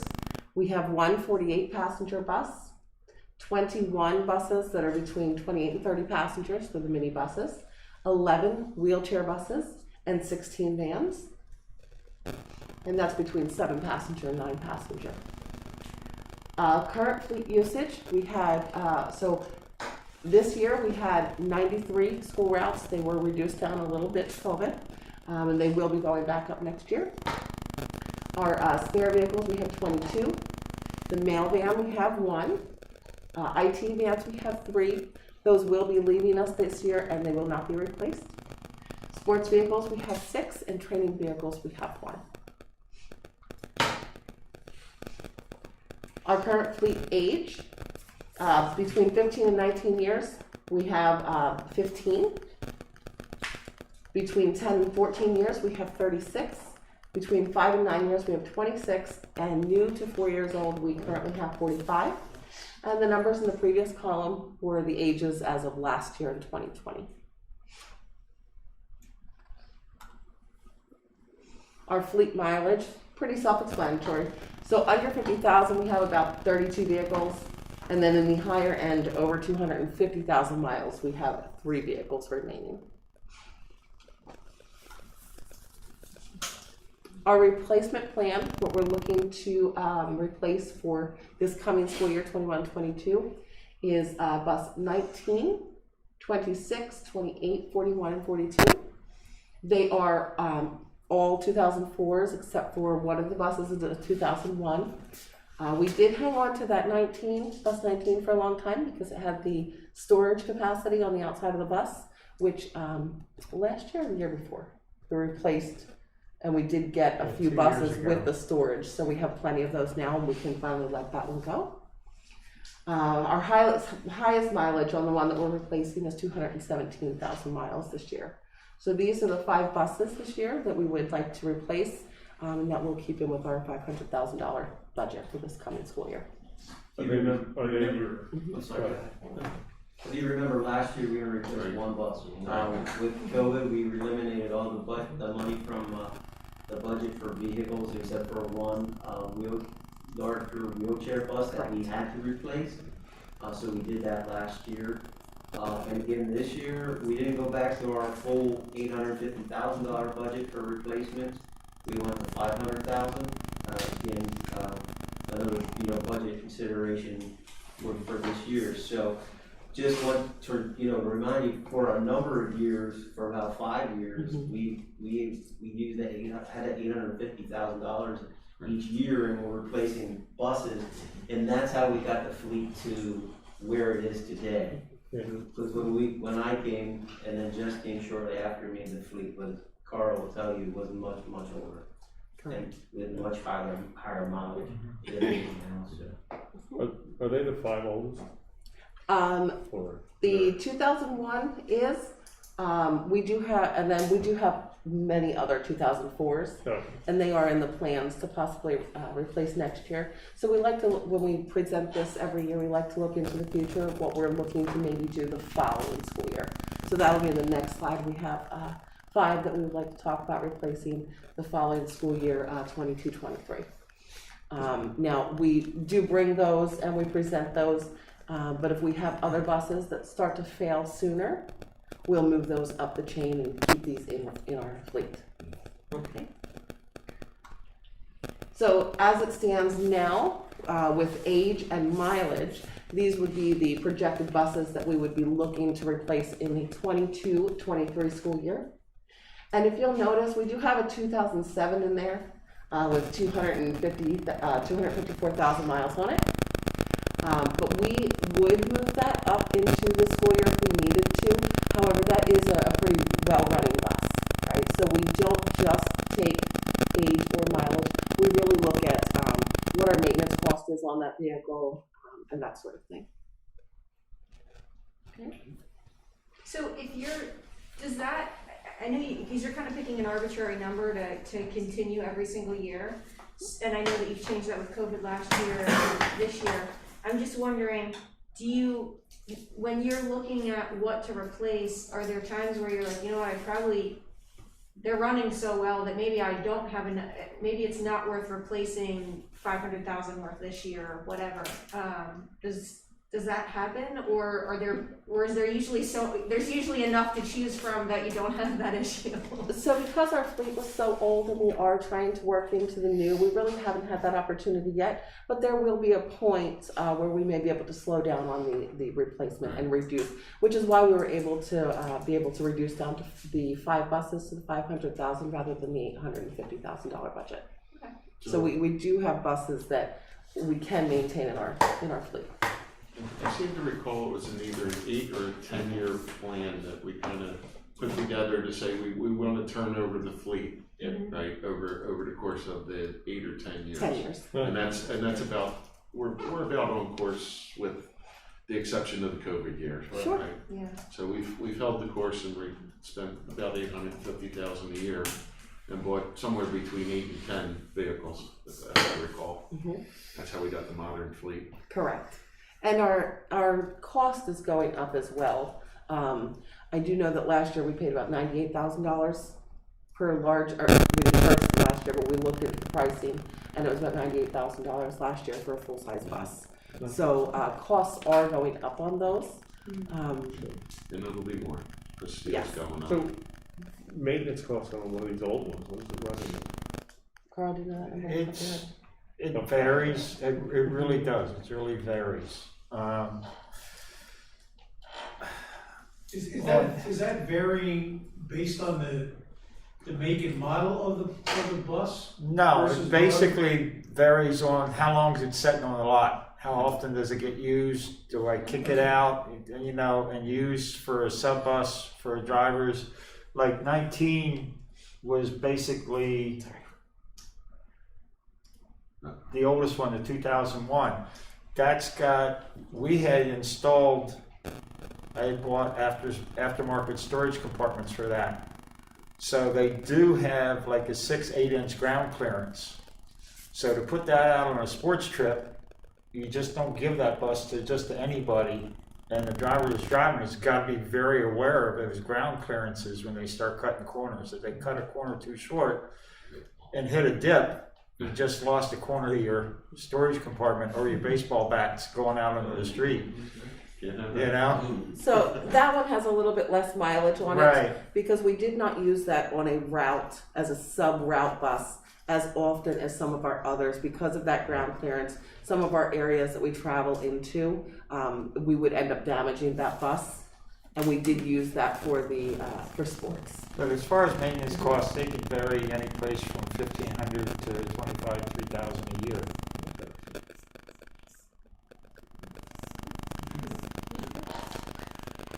So that is our replacement plan for this coming school year. Is there any questions on those? I do, just one. Sure. So as we're replacing the fleet and modernizing the fleet, are we standardizing on gas versus diesel or diesel versus gas versus, and have we looked at LPG or, have we looked at alternatives? So we were looking at alternatives prior to COVID, and we kind of slowed down after that. At this time, all of our full-size buses are diesel. Some of our smaller buses are gas. All of our vans are definitely gas. But we were looking a little bit into propane and some other alternatives, but we really did slow down on that and have not really looked at that this current year. If you're interested, I have a pretty good white paper on propane, Okay. LPG. Okay, so the large buses are diesel that we're ordering? Yeah. They would be. Okay, Mhm. okay. Thank you. So we would like to be able to put a motion on For the to five? see. Yeah.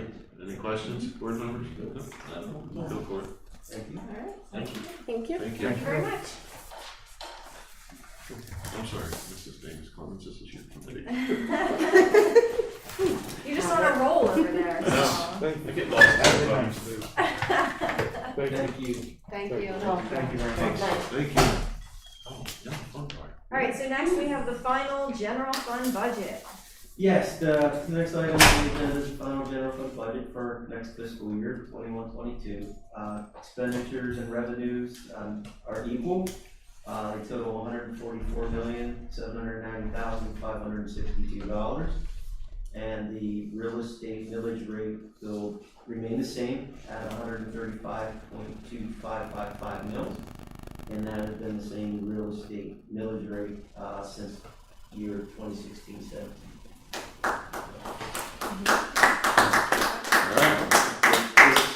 This document hasn't changed since the preliminary budget that was passed in Should we May. just skip this part since we've done it so many Yeah. times now, right? Yeah. Like we don't even need to talk about And it it's, anymore, right? and it's on the state form anyway. It's on now. state Yeah. form. Yeah. We're We can we're good. save ourselves Yeah. the conversation every time. Levying taxes, same thing. Levy Homestead, taxes, farmstead. same thing. Homestead, farmstead exemption for this year. Just tell you that we've got about 50,000 more from the state coming this year for homestead, farmstead. Nice. And the exemption per homestead, farmstead is going up to $212.08 from $205.58. So it's a little bit more money for that this year. Okay. So, Installment dates are pretty much the same, right? yep, they remain the same every year. We just passed the resolution to put them in place. The next item is that each June, we're required by the accounting rules, the accounting school code, whatever it is, we have to set our commitments of fund balances before the end of June. So what we do is each year we have we've had a transfer or an e-finance plus commitment of this $15,986. It's been there since I got it. We've never used it. It's a very small amount of money. My advice is, recommendation is to take the commitment away, just put it into the unreserved fund balance. Yeah. Makes a lot of sense. Yeah, Makes sense. really, I mean, our e-finance, our accounting software is so much more expensive than $15,000 a year. We just move it to unreserved and take it off. The Peasers commitment has been there since I've been here. Yeah, can we pause on that one real quick? Yeah, Can we move it to capital? you can move it to, that's the board's decision. Is that the total that's sitting there? Yeah, it's a total that's sitting there, and Yeah. as we've talked about, we can't use it for that because it's a recurring cost. Yep. Right? And so we can easily put that into capital and pay for air conditioning. You know, I don't have any ulterior motives here. I'm So I'll moving it remind into you of my capital. caution to that, in that we don't know what the Peasers rates are going to do in the next couple of years because all of our investment income is off, which means their investment income is off. Understood, And but they're gonna wanna make it up. Understood, but ask Mr. Dahlberg if he will recommend us ever using it for a recurring cost, and he'll tell you no, as he's told us no, which is why No, you want to write a check? I'm working on it. Actually, you'd be signing the check. Okay. We're good? We're back? We're back? So, Okay. so So, Mr. Dahlberg, So we apologize, we lost our live feed for a minute and we are now back. So we did pause the conversation and we'll come back to it. Okay. His name is Clements. all right, Mr. Dahlberg, what are your thoughts on this? The only other thing that I would say about fund balance in general at this point in time is that fund balance is one of the main things that the rating agencies look at when they're doing a rating agency for a bond issue. We know that, we just went through that in October, and they told us that. They told, the folks we brought in told us that, shared that information with us. We've already seen a drop in our overall fund balance past fiscal year, which that rating was not based on, because that rating was based on the previous year and then last fiscal year closed, and our fund balances came down. Overall fund balances came down because we weren't able to replenish the amount of money that we took out of capital projects in order to do projects, because we had no money to move over there because of what happened. One of the main things that they look at will be, rating agency will use that audit report, and they'll compare it back to our audit report from previous year, and they'll look and see what our fund balance is doing. And we are going to show a declining fund balance. So that's. Wait, why are we going to show a declining? I thought, you mean if we move money from Peasers to capital? From last year to this year. But you're just moving it from Peasers to capital. Yeah. We're moving it from the general fund to the capital projects fund. And when a rating agency looks at our fund balances, they look at our general fund balances and our commitments and our unreserved fund balance, and then and they'll see what it's committed for, and they'll also look at your capital projects fund balance, and your capital projects funding is used for capital projects. So it's a fund balance where they look at that and say, okay, that money is going to be used. It's going to be consumed. It's going to be consumed. So I guess my hesitancy is. So wait until next year to move the money, is what you're saying? Is at least next year. Yeah. Because then that would be afterwards. Yes, that would be one reason not to move that money, is because of that upcoming bond issue, refinance.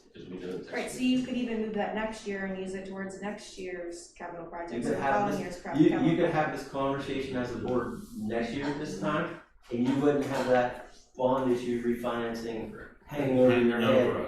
This year is the important one that we're going to. Because at that point, you would be done with it. And, quite frankly, some of the numbers that we went through and we saw, those are huge numbers. And we know from our capital projects funding, what we shared with the board, that we don't have those type of numbers. So if those type of projects are gonna happen in a pace, in a faster pace than what we can save that money, there would have to be borrowing. Or right, that's the other alternative. We want it all, we gotta borrow. And we don't want to do that. What are you talking about, no, moving money from one fund to another fund, because we have money that we're not using. But $6 million doesn't come close to paying for the projects that we looked at tonight. Well, no, but you've also budgeted, didn't you budget $20 million for the projects for the next? That's a budget, that is a budget assuming that we will have positive variances to put money into the capital projects fund. That's my best guess, but I can't guarantee. Right, so this would guarantee. This would basically bring your estimate from 20 million to 26 million. But you would wait until next year to move it, but it's not, you wouldn't be borrowing money. But that $20 million isn't guaranteed to be there anyway. If we don't. But Sean, your estimates are very conservative estimates. The likelihood is that it's going to be higher than that, and there's other money that you didn't necessarily account for. So, I mean, you're really talking about this 3-year window until our debt is going to be dropping significantly anyway. So, Our debt drop off is built into that $20 million. Well, that's after, because that's when you're. Projection is now 2 No, years from. I think as you look at that declining balance in our capital projects, it goes to about $1.7 million or something, and then we pick it back up. It comes down to about $1.7 million, and then it starts to go back up. Yeah, but I'm talking about the total. So am I. If I recall the numbers, right? Right.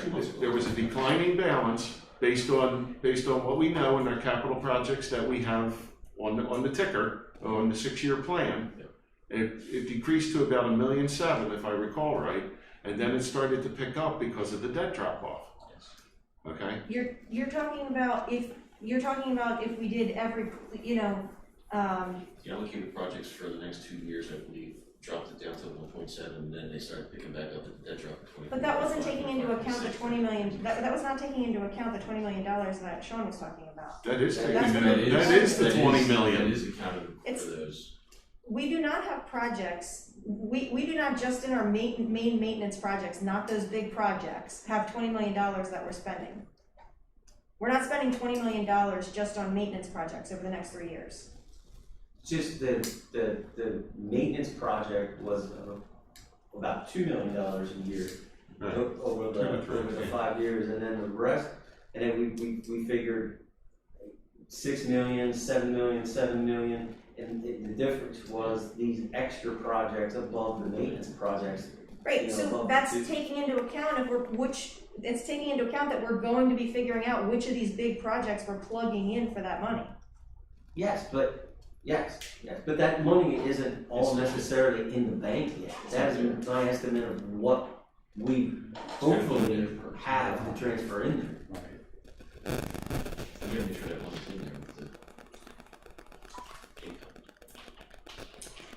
So all the money's not there yet. It's a lot of that is an estimate of what.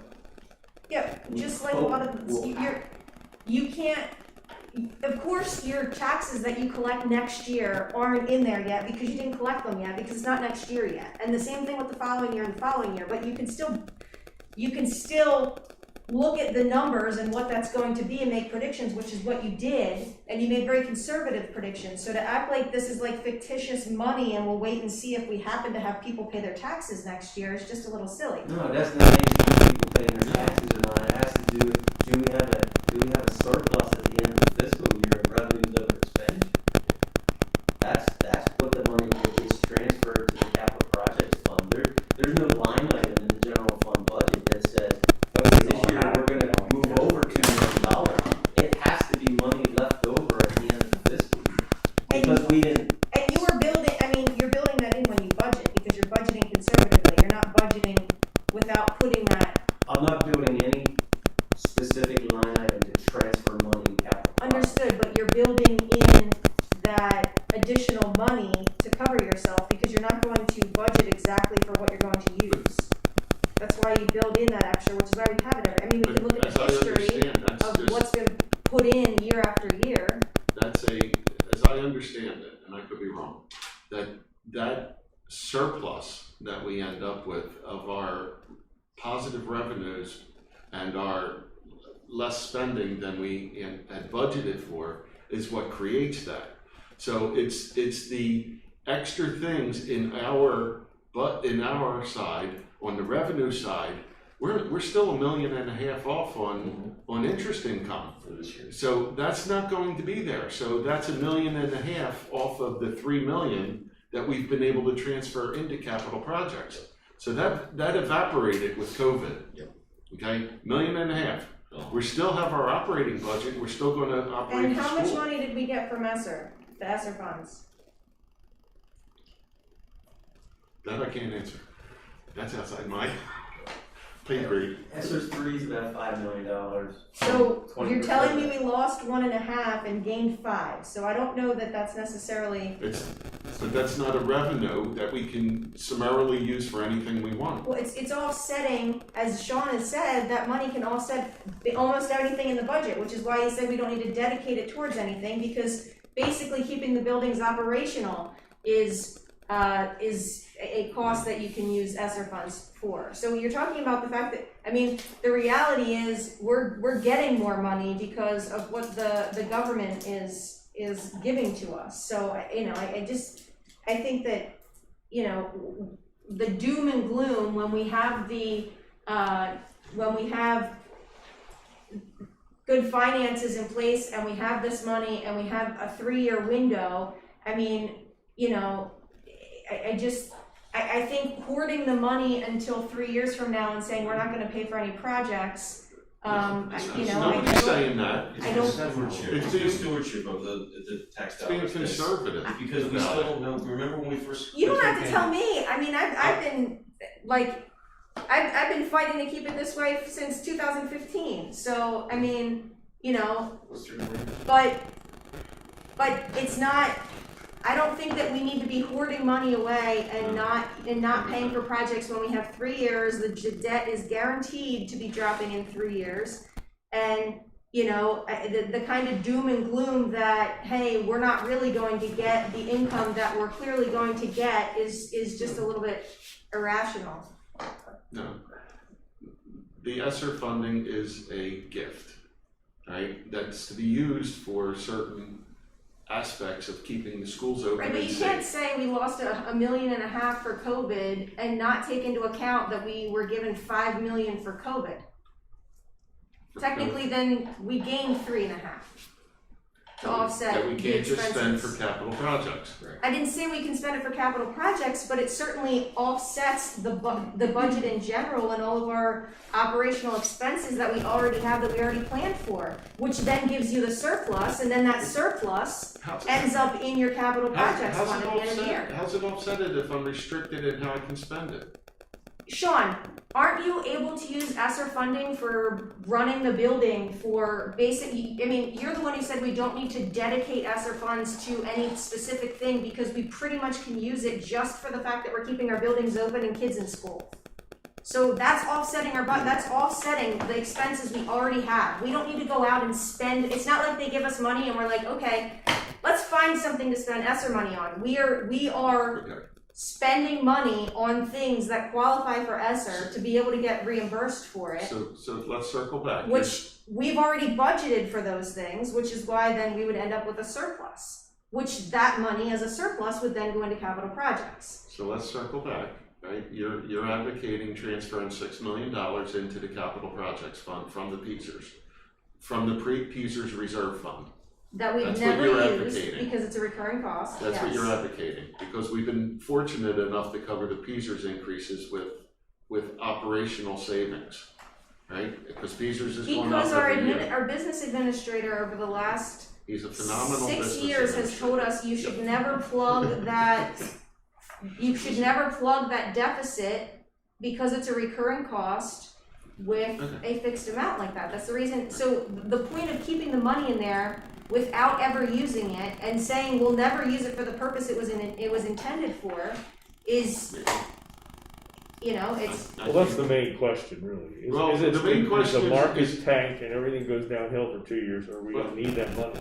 Well, here's the main question, right? If we move the $6 million, we already know it's gonna affect our bond rating. Correct. Okay, we know that, and we're going out for a bond next year. So, okay. The other thing is, if the PESERS comes back and says, we need to go from our 36% to 46%, okay? Somebody has to make up that, right? And if we don't have a cushion, it's going straight to That the is the cushion. taxpayers. That right? is the cushion. That is our cushion. So if we move it out there. It's not our only, but it's not. If we move it out, it's gone. But it's not our only cushion. We also have more than what's needed in fund balance Not for that- those emergency purposes. And that's why it's, So basically, we have to we have to use the ESSER funds for budgetary items and then reroute those funds back to. and there's no guarantee of more ESSER's money next year. Remember when that happened once before, and everybody's got their taxes raised? Oh, yeah. I was here. Yeah. I was here. Everybody. I'm That scarred. wasn't- yeah. You don't want that It was a happen. huge increase. So. But I think there's a balance somewhere along this line that we might be able to use some of it and still keep our reserve. And, you know, if we're not using it now and we never will, obviously. I'm one of 9. I just wouldn't recommend touching it this year. I'm fine with this year, because we couldn't do anything with it Next anyway. year, but we can also budget for the fact that we can use it next year or the following year. I wouldn't automatically throw it in the budget. Because remember when COVID first happened, we said it's gonna go out, it's not gonna be 2021, it's gonna affect, it's gonna be 22, 23, where it possibly could be. It's not in the media. And like I said, 5 million, 1.5 million.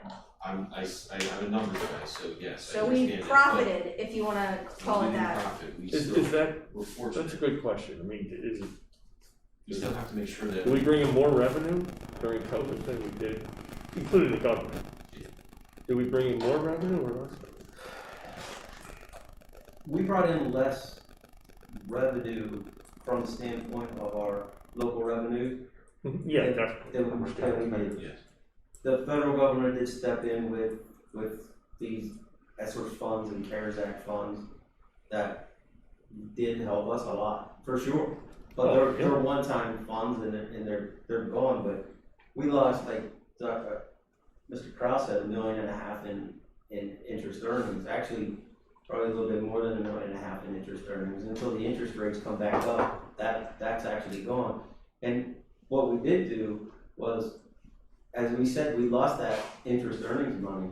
We did take a chunk of ESSER's money and put it into the general fund budget because we lost that. Right. But eventually that ESSER's money will be gone. And if that interest earnings does not come back, if the interest rates don't come back up, that's a hole in the budget that we have to plug down the road. That hole is still there. Down the road in the next 3 years that you. The ESSER's money, yeah, right, the ESSER's money it's temporary, it's for us, and the ESSER's 3 money, 20% of that money has to be used for learning loss, so there's $1 million there that has to go to learning loss, it can't be used for anything other than that, but. We've also got $1.5 million just in an assigned COVID fund, right? No. That's what those are the numbers, maybe you've used it since then, but those are the numbers that you had one of your prior presentations. Oh, I'm sorry. That was last year's positive variance at the end of the fiscal year last year. We committed that as a fund balance and said that $1.5 million will go towards this year's budget if there's a shortfall. Right? Remember that? Yeah, and didn't you recommit it? If we get to the end of this year and we don't use that $1.5 million, our original resolution was then that money transfers to capital projects. And I've already included that $1.5 million in my estimate for the capital projects money that's available. So I've already assumed that money's going over to capital projects.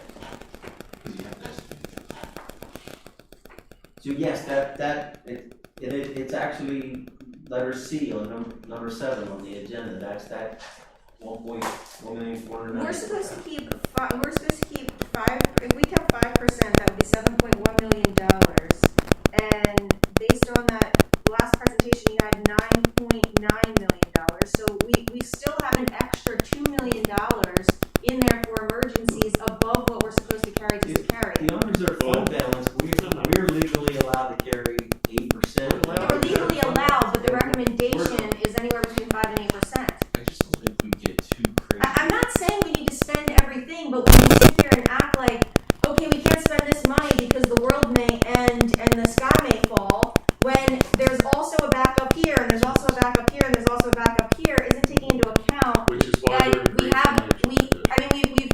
we've gotten ourselves into a good position, and we have all of these extra safety nets in place, but to act like they're not there, and like there's only one safety net, is just not accurate. The unreserved fund balance this school district has is not enough money to cover 1 month's worth of expenditures. Yeah. That unreserved fund balance would not cover us through 1 month of operations in the school district. If something happened and we had to pull.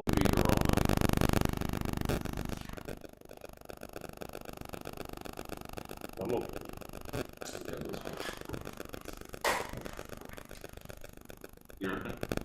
I think it's a separate. I mean, we could have another conversation. It's a separate time, issue. you know, about how we want to structure things in a forward direction. But for the sake of the committee meeting and the topic that we're talking about, is everybody okay with this as presented? Okay. All right. Mr. Dahlberg, back to you. See, you studied insurance proposal. Insurance proposal. Hopefully that's a little bit easier. There is a insurance proposal in your on your board docs, but I did want to point out a couple of pages. On page 5 of the insurance proposal, it talks about the expiring total for all the insurance packages. We have our package and our auto premium, our boiler machinery, school board legal insurance, the umbrella coverage, the cyber liability coverage, and the pollution coverage. The total of this year of that is about $599,000 for that expiring coverage. In the budget, we worked in, based on the estimates we were given, $661,000. So the actual renewal came back at just under $625,000. You can see where our increases are. Our increases are in our package. And in our package is our property insurance, our general liability, our crime, and our auto. And the areas within the package that went up are the property values. They increased the premium increase was about $19,000 because of the increase in property values based on our appraisal that they do each year. Our property values go up from about $362 million to $369 million, and that you can find on page 6 of the document. And the second part of that increase in the package is on page 10, which is the auto insurance. And our auto insurance is going up about $8,600 from year over year. So that's really the driving part of the increase from $599,000 roughly to about $625,000 in the insurance this year. Is the property value increase and the increase in the auto insurance. Overall,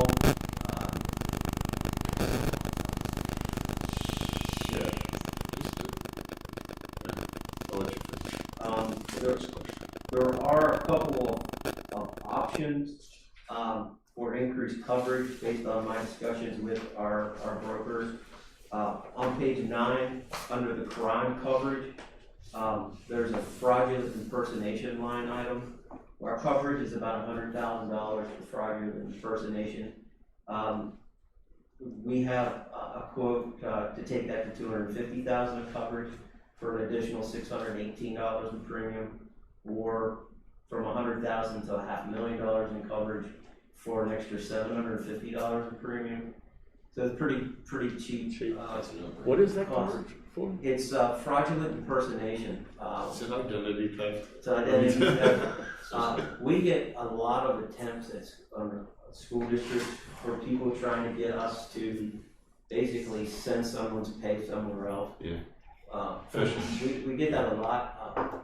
There was a case in a local district in the southeast here where the actual what actually happened was the bad actors got into the email system of the school district and acted like the business administrator and corresponded with PDE and got the subsidy sent somewhere else.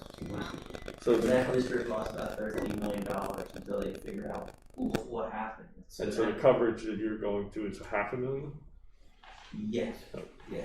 So if a few things happen, you're fine. And that's an extreme case, but a lot of times we'll have a lot of attempts on us trying to get us to change direct deposit information, things like that, and send someone pay somewhere else. So we have a lot of checks working there. We don't take just an email asking to change direct deposit information. Our payroll person follows up with a phone call. Yeah. She wants to talk to somebody before she would, or physically see them before she'll make that change. So we've implemented those type of things.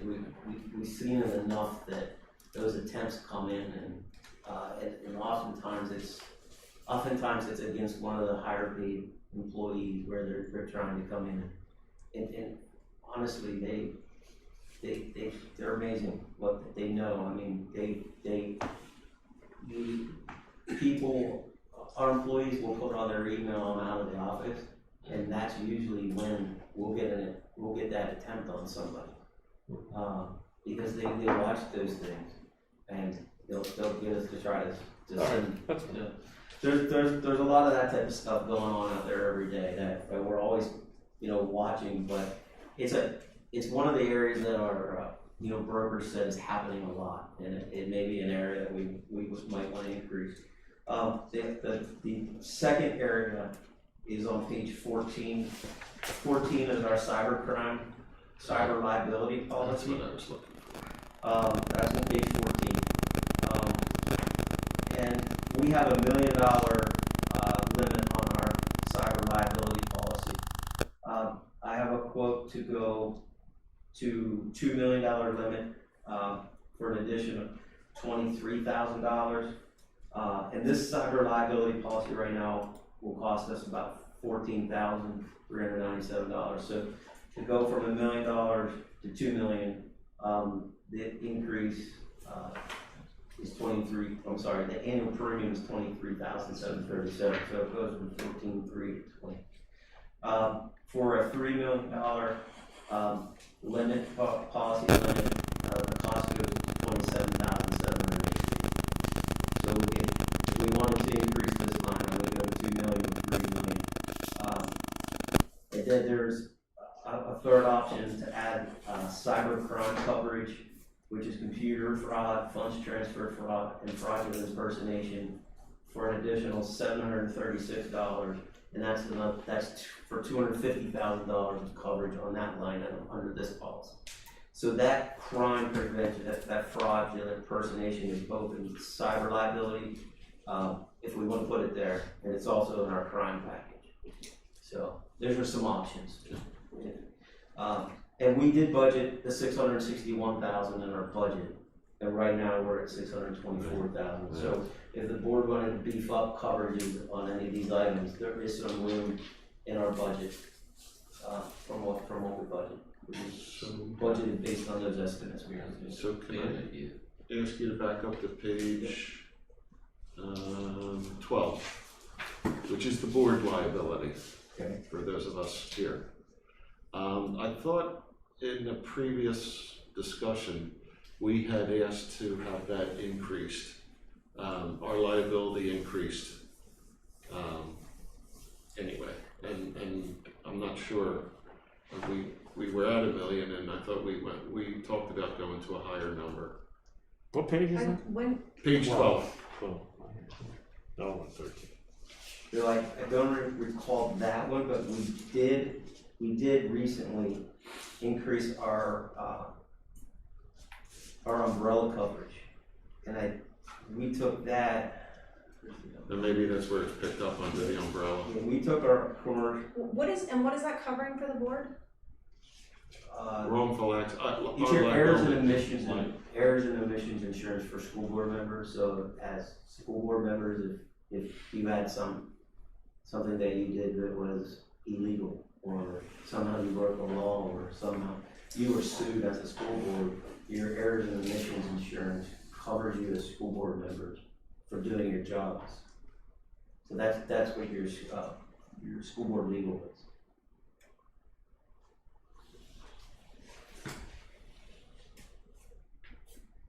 Yeah, I mean, I guess I'm not really concerned about it.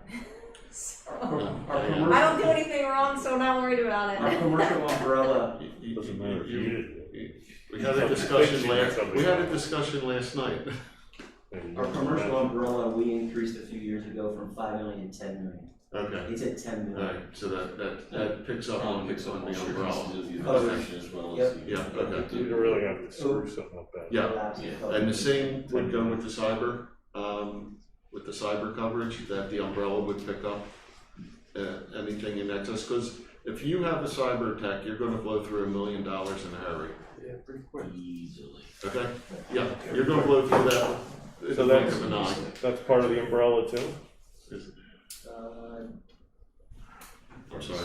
See, it was 10 million, right? And that would be page 14. Yeah. I'm asking if that's under the umbrella.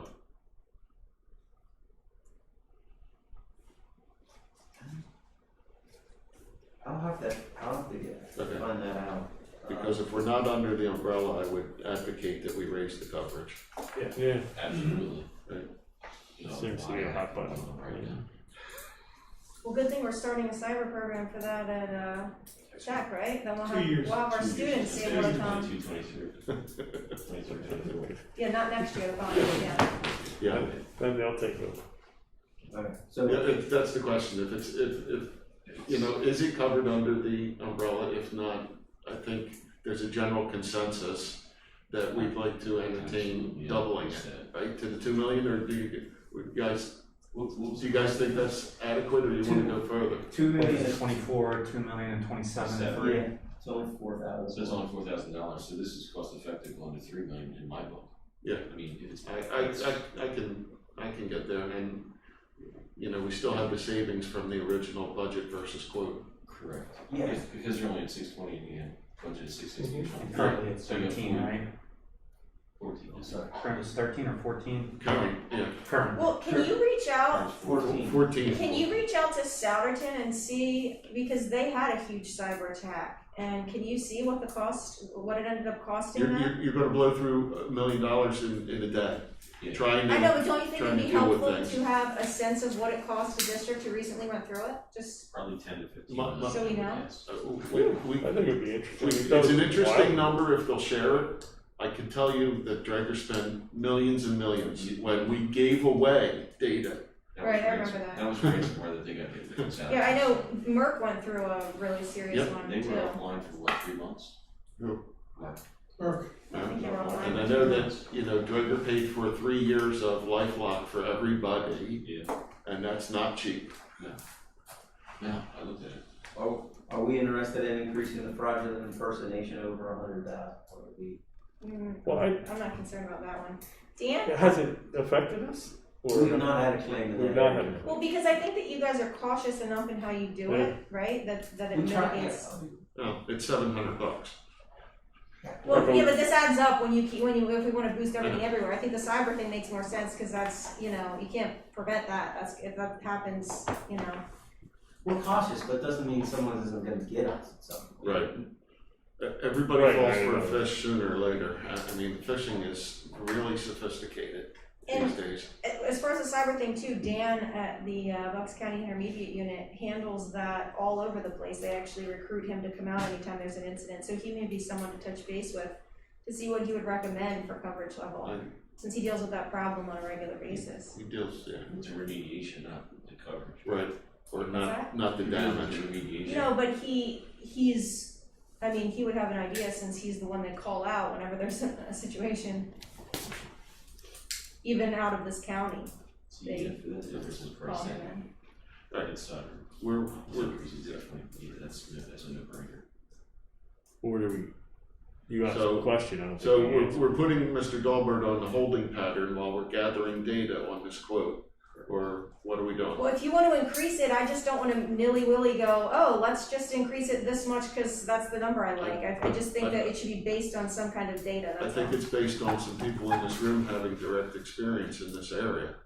Well, We're also advocating for that. is there anyone publishing information on what schools should be doing with regard to that? You know, maybe 2 million's not even enough. That's probably no When people get hit deadline. with a ransomware, it's not something that they publicize, just because then it makes it more frequent. They're more vulnerable to attacks, and they're surely not gonna tell you how much they paid out, because then it makes it a whole lot more palatable to those. Oh, I understand that. What I would like to keep our level where it makes sense. Everybody's gonna be a little squirrely on giving you information around this topic, I believe, because it is a sensitive topic.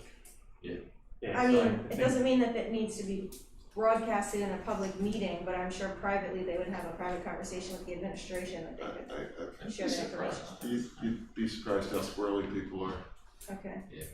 All right, well, I don't know, I can't predict what every person is From the going to business say, I world, I guess you can tell guys you, can, they're so. very sensitive to any of that information getting out. Yep. I can tell you for a fact, they're very sensitive to that, any of that information getting out. if anyone called my office for information like that, I wouldn't give it to them. Yeah. Period. No, it's not, That is something that you don't get out. it's private information. Well, we've had conversations on that kind of stuff in a different board, but that's all right. So can we, first, I think it's important to verify what the umbrella coverage covers, if Yeah, it that's applies to that. what I'm Typically, saying. cyber security and that is its own entity, and I don't know if umbrella, coverage would cover that, but that's important to find out. Yeah. And then once we have that information, I think we can, you know, at least make a better decision or determination, and then, you know, maybe have some more thought about or conversation about, you know, that 1 to 3 million. Coverage level, yeah. Yeah, I'll find that out and send it out. Yeah, Does that would be good. would that cover ransom? Like paying out money? If decided, we, I don't know if it's just the time lost and things. Network extortion, yeah. $1 million. That's ransomware. That's ransomware. That's ransomware, they hold your Is files, they lock your files. Yep. And that's an aggregate, each claim 1 million and an aggregate of 1 million, so. Always.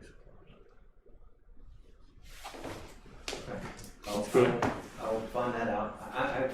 My gut is going with you that not fall under that umbrella, that just covers the other That's line. gonna be a separate entity, Yeah. yeah. I believe you're right, Ryan. We will find out and, Okay. I'll let you know, because our renewal is July 1st, so we Yeah. we have to. This is Yeah. somewhat time Yeah. sensitive. Somewhat time-sensitive, yep. Okay. Okay, and this is the last insurance, piece there on the second handout is our student and sports accident insurance. Mhm. Zurich is the renewal and it's the same price as this year, so. 36. Okay. Okay. All right. That was, The next item, is just a number of contracts, so I just gotta read down through these. The first contract is our IU Special Education Services Agreement for next year. The cost is $3,364,000. This year it's $4.9 million, and the reason for the change is, as you know, we're bringing back a number of programs we talked about during the budget, so that's why you see that reduction. B is the Lakeside Educational Network. This is for our annual cost for our special education slots. We have 12 there. You can see the cost of $450,000 compared to this year, $437,000. And our in-school counselors, we have 5.1 in-school counselors. And the cost for $438,600, just slightly above the current year. You can see the total will be $889,380 compared to $865,000. And we do have that budgeted. That's an every year contract for those spots for the kids. C is the Valley Forge Educational Services. This is for an extended school year program for a student. And the cost is $12,050, and it does include an aid for the student. D and E are Dr. Brooke Lewis and Dr. Christopher Warner, our dentists, local dentists who do our dental exams in our schools. $35 per hour, no change from the current year cost for those two dentists. F is the Grandview Hospital with the Upper Bucksworth Orthopedics at Grandview Health. This is for our doctor coverage for our football games. The cost is $150 per game to have a doctor cover with football games.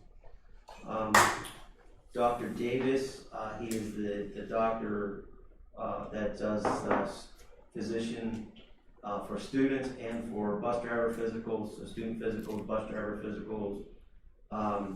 Cost is $3,250 stipend, which is the same as last year for the student piece, and then he charges $65 for a bus driver physical, and that up from $55 last year. And $40 per student, same as last year. I'm not sure. With Grandview, when they're sending someone here, is it a doctor, is it a physician's assistant, do you know? And is there a difference in rate depending on which one we have? I'd have to look at the contract to see. I'm assuming that it's a doctor, but I'd have to look and see if there's any delineation in there. And talk to Mr. Babbitt to find out. I just don't know. Okay. Off my head.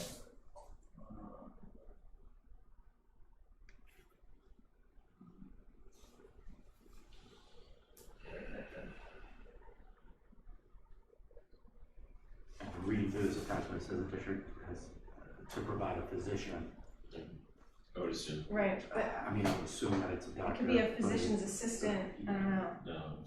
Well, I don't know, I just know a lot of the time, they don't use their doctors for most of their stuff. And it may be required that it has to be a doctor on a football game. So, but I'll double check. Cheap for a doctor. Yeah, that's what I was thinking. A new doctor. For 3 hours. Unless they like watching the game, I don't know. Okay, letter H is a settlement agreement, for the student identified. This is a renewal of a settlement agreement. I is the Carbon Lehigh Intermediate Unit, our Power School hosting and support contract, for our financial planning, HR packaging agreement. The cost is $107,301 for the first year and $106,551 for the second 2 years. This year we pay $90,681. Next is Apex Learning. This is. Can I just ask a question on that one? Mhm. We have the IU here in Bucks County. What is so different than the Carbon Lehigh Intermediate? Carbon Lehigh Intermediate 21 is a host for Power School. Okay, all right. Sometimes the different intermediate units will hold the contract for like everyone All right, statewide, I got you. and so different ones will have different contracts, and then they'll be the host basically, so then a lot of times people out of county will even, just because then you get the bigger bang for your buck when you're doing it at even, Cost savings. you're broadening it across the state and not just the county.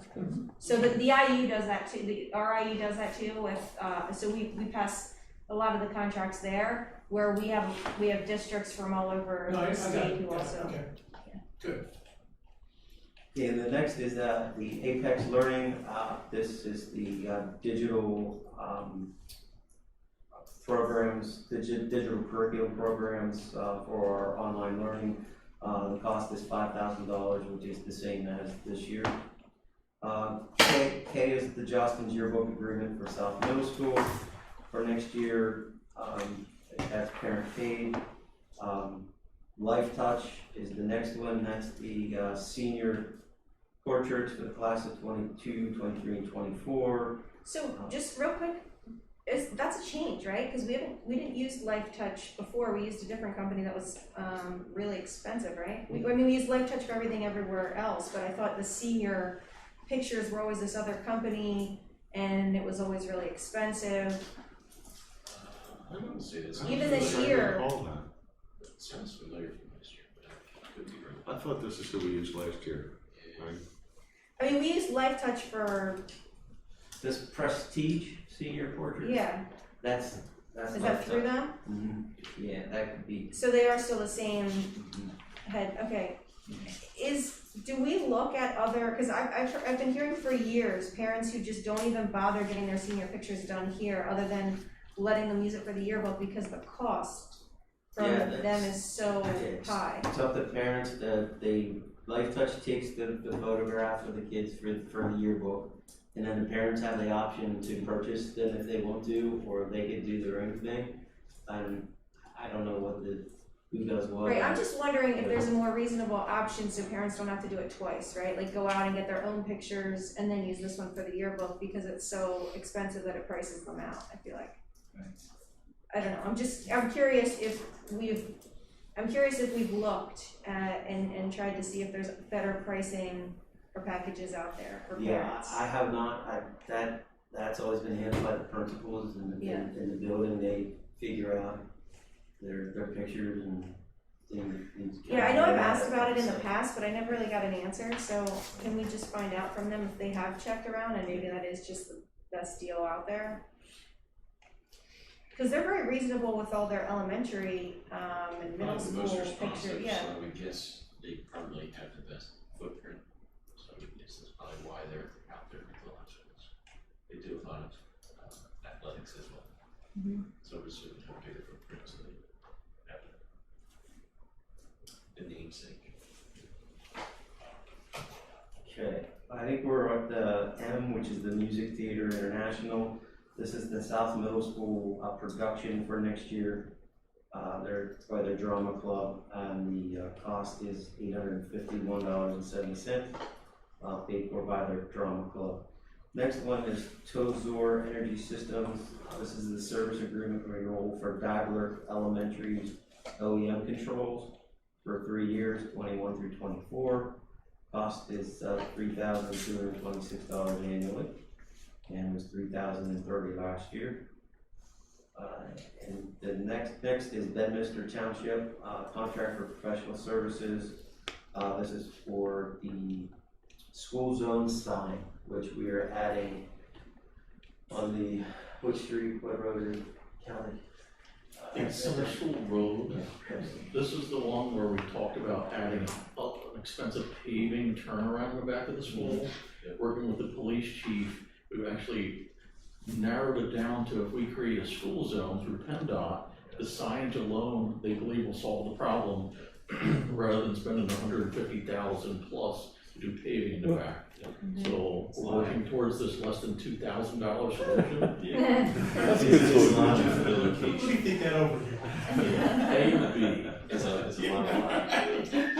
Yeah, it's a pretty good deal. zero. Kelly got one last contract in today, so I would ask you if you would allow me just to talk about it and quickly add it to the agenda. We kind of bumped our meeting forward a week here, so we're kind of scrambling to get everything in that we need. But this is for our fire protection at our school buildings for next year. It's under Johnson Controls, and the cost of it is $64,898 for the year. And this contract, Kelly, this is an increase to. So it's not an apples for apples comparison. This is a 3-year contract that I inherited last year. And for compliance for NFPA 72 is that you do 2 inspections per year. Our previous contract only did 1. I'm gonna say we're lucky that they didn't come out and do that inspection to say, show me your 2 inspections. This includes the 2 inspections per year. So it's a cost increase. It's not quite double, but it's still, I think, a fair price for what they're doing for the work. It's a compliance thing, fire alarm testing, inspection. And didn't we switch in certain buildings where it's not Johnson Controls now? One, so Seiler has a Honeywell system, and I can say anyone can do the inspections, but only Johnson Controls can service the Johnson Controls Simplex. Right, which is So why they I wanted out of Simplex. Right, And exactly. Johnson Controls. Exactly. But so they I'm not are a fan. going to also. It's a monopoly. Do the Seiler, yes. Yeah, okay. And this is for monitoring also? Correct, so it's the monitoring, so the fire alarm trips, that's where the phone call goes to dispatch emergency personnel. So that's included in this call. So it didn't really help us though if they end up, if we have to use them to monitor it anyway, because they have to monitor all our other ones, but it gets us closer.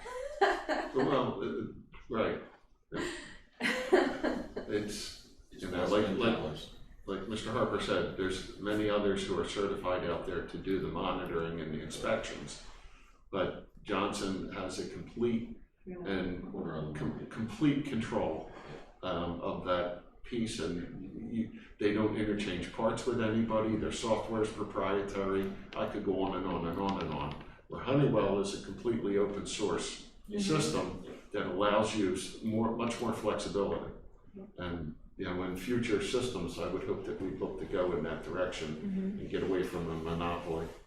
And just for peace of mind, I reached out for a comparison quote, not that it's apples for apples, but it was only a few $1,000s less than this number. So I think that this is fair, but we're still, like you've all said, we're kind of locked into that. If you have to have service, it makes it complicated.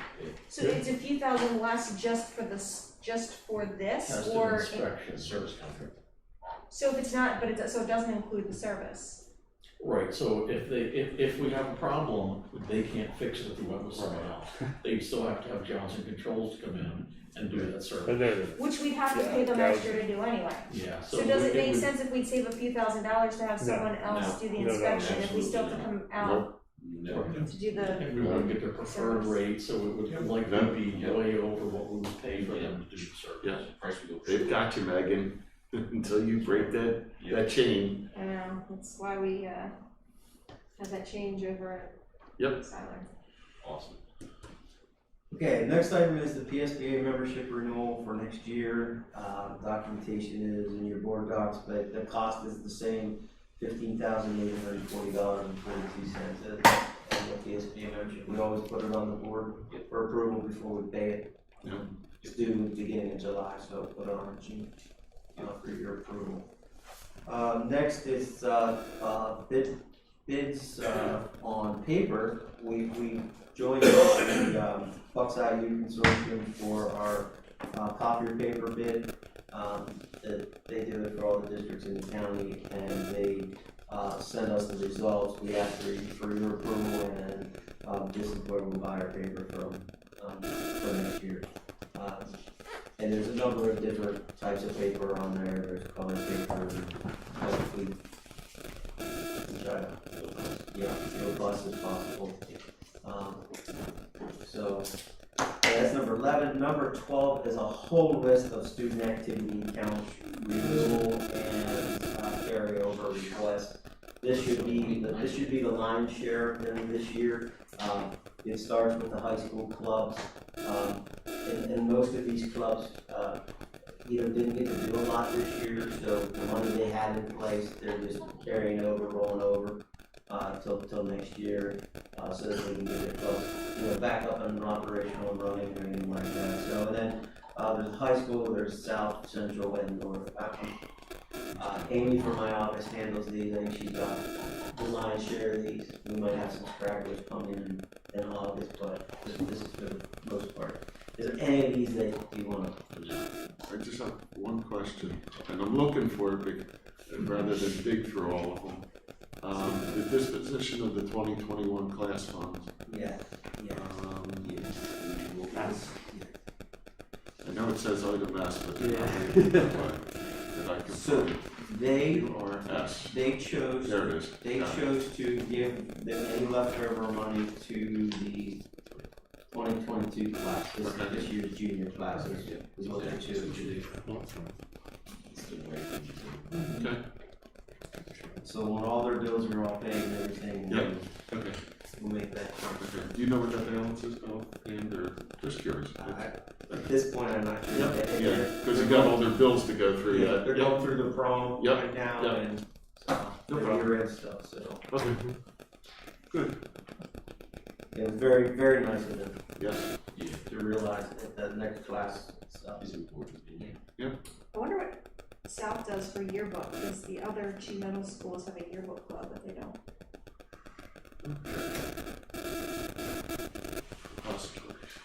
Okay, the list of depositories, the board approves these each year. It's the same list as you've seen before.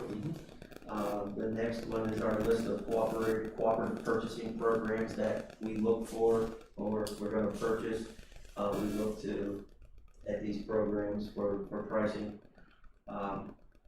And the next one, number 15, is basically each year I ask for your approval to be able, over the summer, to be able to continue to pay bills since the board doesn't come back and meet again until August, and we're in the process of closing the fiscal year and paying the bills and so forth. So what we do is we run our checks and we send you a list so that you're aware of what's going on. You're never not in the loop of what's going on, but we need to continue to operate. So you have given us the permission to do that. Please pay the bills.